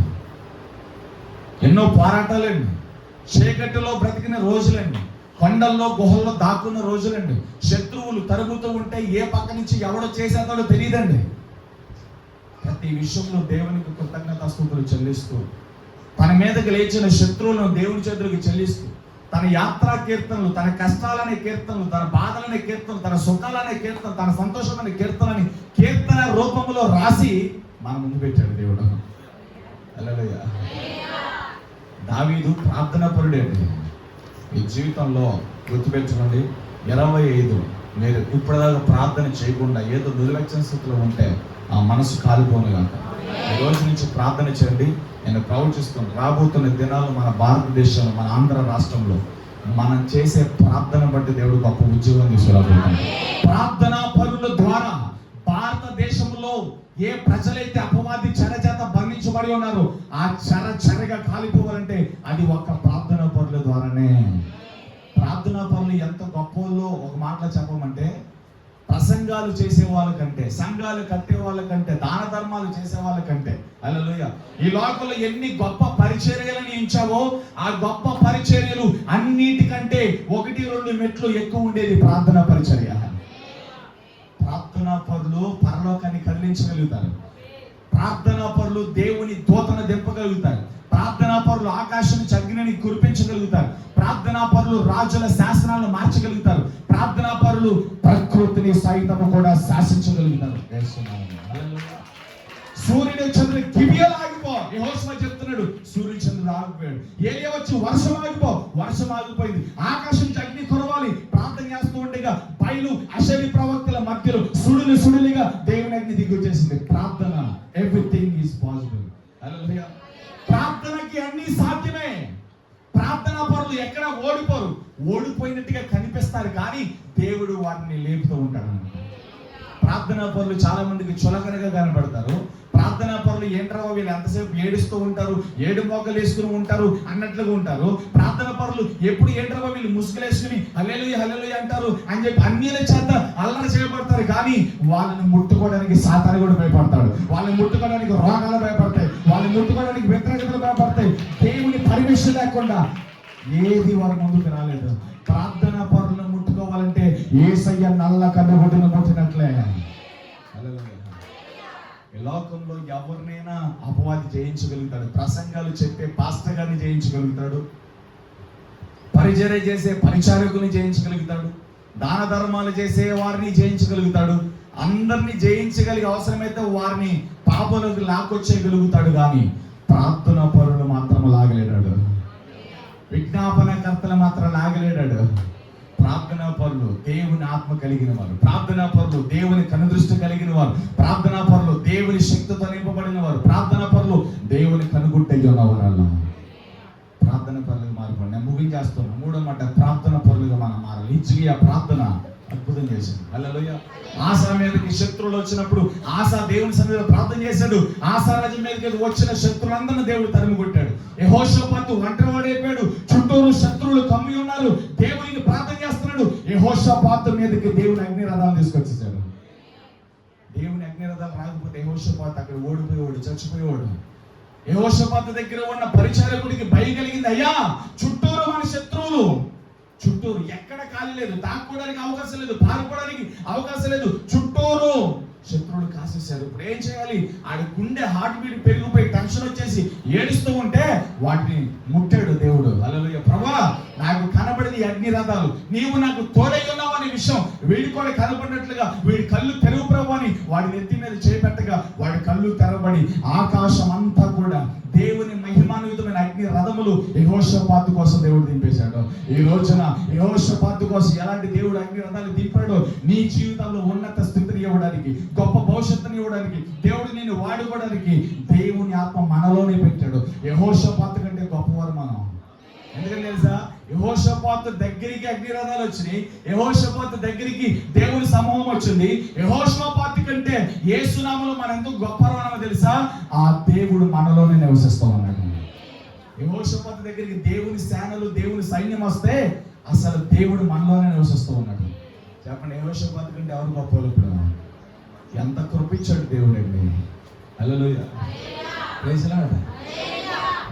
పరలోక రాజ్యంలో ఒక గొప్ప ఆల్టర్నేట్ ఉంటుంది, ఒక క్రమంలో ఒక ప్రాముఖ్యమైన గొప్ప క్రమం చెప్పన. కెరూబులు సెరాపులు దేవుణ్ణి ఎల్లకాలం స్తుతిస్తూ ఉండాలి. హల్లెలూయా. కోట్లాను కోట్ల దేవదూతలు ఎప్పుడు దేవుని స్తుతిస్తూ ఉండాలి.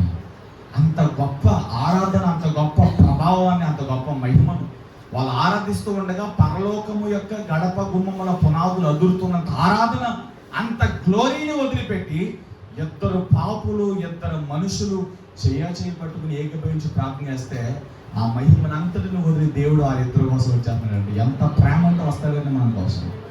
హల్లెలూయా. ఇంకో గొప్ప విషయం చెప్పనా, 24 పెద్దలు ధవల సింహాసనం ముందు సాగిలిపడి ఆరాధన చేస్తారు. 24 పెద్దలు, 4 జీవులు దేవుని ఎదుట సాగిలిపడి ఆరాధన చేస్తారు. 24 పెద్దలను, 4 జీవులు ఆరాధనను విడిచిపెట్టి, కోట్లాను కోట్ల పరిశుద్ధ దూతల ఆరాధనను విడిచిపెట్టి, యేసయ్యా నాకు సహాయం చేయని చెప్పి ఏదో ఇంట్లో నుండి గదిలో ఉండి ఇలా చర్చిలో ఉండి ప్రార్థన చేస్తే ఆ మహిమను, ఆ 24 పెద్దలను, 4 జీవులను, కోట్లాను కోట్ల దేవదూతల సమూహాన్ని వదిలిపెట్టి దేవుడు మన దగ్గరికి వచ్చేస్తున్నాడు. ఎంత కృపించాడండి దేవుడు. ఆకాశము పట్టలేని నామము, భూమి అంతా పట్టలేని నామం, ఆకాశము సింహాసనముగా, భూమి పాదపీఠముగా నియమించుకున్న దేవుడు మనలో నివసిస్తూ ఉన్నాడు. దేవుని ఆలయముగా మనల్ని చేసుకున్నాడు.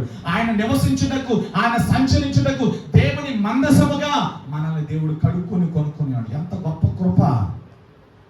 ఈ కృప యేసయ్య రాకముందు పాత నిబంధనలు ఈ కృప లేదు. యేసు ప్రభు వచ్చి ఈ కృప మనకిచ్చాడు. పాత నిబంధన జనుల కంటే, పాత నిబంధన ప్రవక్తల కంటే నూతన నిబంధనలో యేసయ్య కృప ద్వారా మనందరం చాలా ధన్యులము. ఆ రోజున దేవుడు వచ్చి సాయం చేసి వెళ్ళిపోయేవాడు. ఈ రోజున యుగ సమాప్తి వరకు దేవుడు మనతో సదాకాలం తోడి అన్నాడు. చెప్పలు కొడదాం అందరూ కూడా. ఎంత గొప్ప కృప ఇది, ఎంత గొప్ప కృప. కాబట్టి దేవునితో మనం ఎలా ఉండాలంటే సమాధానంగా ఉండాలి. చదువుతలే చెప్పండి, ప్రార్థన చేయాలి. ప్రార్థన చేస్తే పరిస్థితులన్నీ మారిపోతాయి. ఒకనొక దిన యేసు ప్రభు ఎదురు చాలా మంది జనసమూహం ఉంది. భోజనం అయిపోయింది, భోజనం పెట్టాలి, ఏమీ లేదు. ఎవరి దగ్గర ఏమి ఉన్నాయని చూస్తే నీలాంటి నాలుగు ఎవడో చిన్నపిల్లడు స్నాక్స్ తెచ్చుకున్నాడు, 5 రొట్టెలు 2 దాదాపు. అవి తీసుకొచ్చారు. యేసయ్య వాటికి కృతజ్ఞత స్తుతులు చెల్లించి ప్రార్థన చేసి పంచిపెట్టమని 5 రొట్టెలు 2 చేపల శిష్యులకు ఇచ్చాడు. అంతే. హల్లెలూయా. వాళ్ళు పంచిపెడతానే ఉన్నారు, అవి వస్తానే ఉన్నాయి. వాళ్ళు పంచిపెడతానే ఉన్నారు, అవి వస్తూ ఉన్నాయి. 5,000 మంది పురుషులు తిన్నారు. ఇంకా స్త్రీలు ఎంతమంది తిన్నారు, వృద్ధులు ఎంతమంది తిన్నారు, ఆ పిల్లలు ఎంతమంది తిన్నారు లెక్కలేదు. కానీ 5,000 మంది పురుషులు తిని ఇంకా 12 గంపలు ఎత్తారు. ప్రార్థన వృద్ధి చేసింది, విస్తరింపజేసింది. 5 రొట్టెలు 2 చేపలు. హల్లెలూయా. ప్రార్థన పనులు కానీ సాధ్యం. ప్రార్థన చేయండి. 25 నుంచి ప్రార్థన దూపం ప్రతి ఇంటిలో నుంచి రావాలండి. హల్లెలూయా. దేనికి భయపడద్దు బ్రదర్. నీ జీవితంలో అప్పులు ఉండొచ్చు, కోర్టు కేసులు ఉండొచ్చు, శత్రువులు ఉండొచ్చు. ఇవేమి పరలోకానికి ఆటంకం కాదు. ఆమేన్. పాపానికి భయపడు, ఏ పరిస్థితి వచ్చినా నిలబడు. దేవుడు క్షమించి మరలా కృపిస్తాడు. ఇప్పుడు నువ్వు చీకట్లో ఉండొచ్చు, అన్న పరిస్థితి ఏం బాగోలేదని ఉండొచ్చు. ఈ రోజుల్ని దేవుడు ఇలాగే ఉంచడం.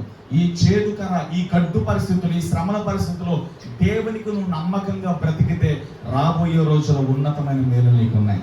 ఓ మాట చూస్తారా, కీర్తన 31వ కీర్తన 19 వచ్చిన చూడండి. 31వ కీర్తన 19 వచ్చిన అందరూ కూడా ఈ మాట చదివి అందరూ కూడా లేచి నిలబడతారు. కానీ 31వ కీర్తన 19 వచ్చిన యెహోవా యందు భయభక్తులు కలిగిన వారి నిమిత్తం నీవు దాచి ఉంచిన మేలు ఎంతో గొప్పది. అబ్బబ్బబ్బ. దేవునికి ఎవరు భయపడతారో, దేవునికి ఎవరు నమ్మకంగా ఉంటారో వారి కోసం దేవుడు దాచి ఉంచిన మేలు ఎంతో గొప్పది. హల్లెలూయా. అన్న నేను దేవుని నమ్ముకున్నాను, అన్ని శ్రమలేనన్నా. దేవుని నమ్ముకున్నాక అంత నన్ను విడిచిపెట్టారన్నా. దేవుని నమ్ముకున్నాక ఏ ఫంక్షన్కి నన్ను పిలవట్లేదన్నా. దేవుని నమ్ముకున్నాక నేను ఇది పెట్టుకోవట్లేదని, ఇది తింటలేదని అందరు నన్ను వెలివేశారన్నా. ఎవరు నాతో లేరన్నా. నీవు ధన్యుడువు. దేవుడు దాచి ఉంచిన మేలు చాలా గొప్పది. ఇది దేవుళ్ళలో ఉన్న వాళ్ళకి అర్థమవుతుందండి. హల్లెలూయా. ఈ తల్లిదండ్రులు ఉన్నారు, బ్రతికే ఉన్నారు, ఇంకా చచ్చిపోలేదు, బ్రతికే ఉన్నారు. వాళ్ళు నీకు దూరంగా ఉంటున్నారు, వాళ్ళు నిన్ను చేర్చుకోవట్లేదు. వాళ్ళు ఇవ్వగలిగిన స్థితి ఉండి, చేర్చుకునే స్థితి ఉండి, సహాయం చేయగలిగిన స్థితి ఉండి నీ తల్లిదండ్రులు నీకు దూరం అయిపోతున్నారంటే ఇక్కడ నువ్వు ఏం ఆలోచించాలో తెలుసా? బాధపడకూడదు. చేతకందంలో ఏడవకూడదు. తల్లిదండ్రులు నాకుండి సహాయం చేయగలిగిన పరిస్థితి ఉండి, తోబుట్టువులుండి సహాయం చేయగలిగిన పరిస్థితి ఉండి నాకు సహాయం చేయకుండా నన్ను ద్వేషించి నన్ను దూరం పెట్టి నాకు దూరంగా ఉన్నారంటే దీని అర్థం ఏంటో తెలుసా? నా తల్లి తండ్రి విడిచిపెట్టిన యేసయ్య నా తల్లిదండ్రి స్థానంలోకి వచ్చాడని అర్థం. నా తోబుట్టువులు విడిచిపెడితే యేసయ్య నా తోబుట్టునకు వచ్చాడని అర్థం. నువ్వు యేసయ్య ప్రేమను పొందడానికి లోక ప్రేమలు అనేది, తల్లిదండ్రుల ప్రేమ, అన్నదమ్ముల ప్రేమ, భార్య భర్తల ప్రేమ నథింగ్. లోక ప్రేమలన్నిటినీ దేవుడు పక్కన పెడతాడు నువ్వు దేవుని ప్రేమను పొందడానికి, దేవుని కృపను అర్థం చేసుకోవడానికి. ఇదే అర్థం చేసుకుని అందరూ ఉన్నారన్న, ఎవరు నాకు సాయం చేయట్లేదంటే వాళ్ళందరూ కాదు నీతో ఎప్పుడు ఉండేది. హల్లెలూయా. చాలా మంది బాధపడుతుంటారు, అన్న అందరూ ఉన్నారు కానీ సాయం ఎవరు నాకు సాయం చేయట్లేదన్న. అరే బాబు, ఇదే చెప్తుంది వాక్యం, చాలా జాగ్రత్తగా వినండి. ఈ లోక ప్రేమలన్నీ విడిచిపెడతాయి మనల్ని. ఈ లోకంలో ఉన్న మనుషులందరూ మనల్ని విడిచిపెడతారు. ఎవరు నమ్మకస్తులు కాదు, ఎవరు నమ్మదగిన వారు కాదు. హల్లెలూయా. యేసయ్య ఒక్కడే నమ్మదగిన వాడు. చెప్పడానికి అందరూ ఉన్నారు కదా, ఎవరు సహాయం చేయరు. ఎందుకని తెలుసా? యేసయ్య ఒకటే నమ్మదగిన వాడు. నీ తల్లిదండ్రులు నీతో ఉన్నారు కానీ నీకు సహాయం చేయట్లేదు. అసలు నీ ఊసే లేదు. నువ్వు ఏమైపోయినా వాళ్ళు పట్టించుకోరు. నువ్వు ఎలాంటి పరిస్థితుల్లోకి వెళ్ళిపోయినా వాళ్ళు పట్టించుకోరు. వాళ్ళు అంత కఠినమైన మనసుతో వాళ్ళు నింపబడ్డారు అంటే ఇక నువ్వు అర్థం చేసుకోవాలి, నీకు తల్లిగా తండ్రిగా నీ తోబుట్టునుడుగా యేసుక్రీస్తు నీ పక్షంగా ఉండడం అర్థం. ఆయన చేతిలో నువ్వు ఉన్నావని అర్థం. భయపడద్దు. మీరు నాశనం కాదు. నేను యేసు నామములో ప్రవచిస్తున్నా. నాశనకరమైన పరిస్థితుల్లో మీరు ఇప్పుడు ఉండొచ్చు. అంత చిల్లు గవ్వలేని పరిస్థితుల్లో నువ్వు ఉండొచ్చు. హల్లెలూయా. ఆర్థికంగా నువ్వు మొత్తం చిల్లి గవ్వలేదమ్మా నీ చేతిలో. ఎవరికి చెప్పుకోలేని పరిస్థితులు నువ్వు ఉండొచ్చు. ఈ రోజు ఖాళీగా ఉన్న నీ చేతిని అనేకులకు వడ్డీ లేకుండా ఇచ్చే స్థితిని దేవుడు నీకు ఇచ్చును గాక. నేను ప్రవచిస్తున్నా యేసునామములో. హల్లెలూయా. చేశాడు, అమ్మ దగ్గరికి వెళ్ళి ఏడుస్తున్నాడు, తల్లి నా అన్నలందరూ నా తాపుట్టున వాళ్ళందరూ బాగున్నారు, నువ్వు పెట్టిన వేదన అనే పేరు నా బ్రతుకంతా వేదనగా మార్చేసింది. నేను పచ్చగడ్డి మీద నడుస్తుంది, అది ఎండిపోతుంది. నా బ్రతుకులో శాంతి సమాధానం లేదు. నా బ్రతుకు ఎందుకమ్మ ఇలా ఉంది? అన్నలందరూ బాగున్నారు, నా సహోదరులు అందరూ బాగున్నారు, నేను ఎందుకు ఇలా ఏడుస్తున్నా, ఎందుకు ఇలా బాధపడుతున్నా, నా జీవితం ఏంటమ్మా అని తల్లి దగ్గరికి వెళ్ళి ఏడుస్తుంటే తల్లి దేవుడి గురించి ప్రకటన చేస్తుంది. ఎప్పేచో హల్లెలూయా. నీ పరిస్థితి ఇప్పుడు బాగోలేదేమో, నీకు అప్పులు ఉన్నాయేమో, నీకు వేదన, నువ్వు రోదనతో ఉన్నావు, నీకు అన్నలందరూ బాగున్నారు కానీ నీ జీవితం బాగోలేదు అంటున్నావు కదా, నీ మీద శాపం ఉంది కదా, నువ్వు నాశనంలో ఉన్నావు కదా. కానీ ఇశ్రాయేలీయుల దేవుడు ఒక ఆయన ఉన్నాడయ్యా, ఆయన దగ్గరికి వెళ్ళి ప్రార్థన చేయి. నువ్వు నా దగ్గరికి తల్లి అమ్మాని ఎలా వచ్చి నన్ను సంబోధించావో అలాగే యెహోవా అని పిలువు.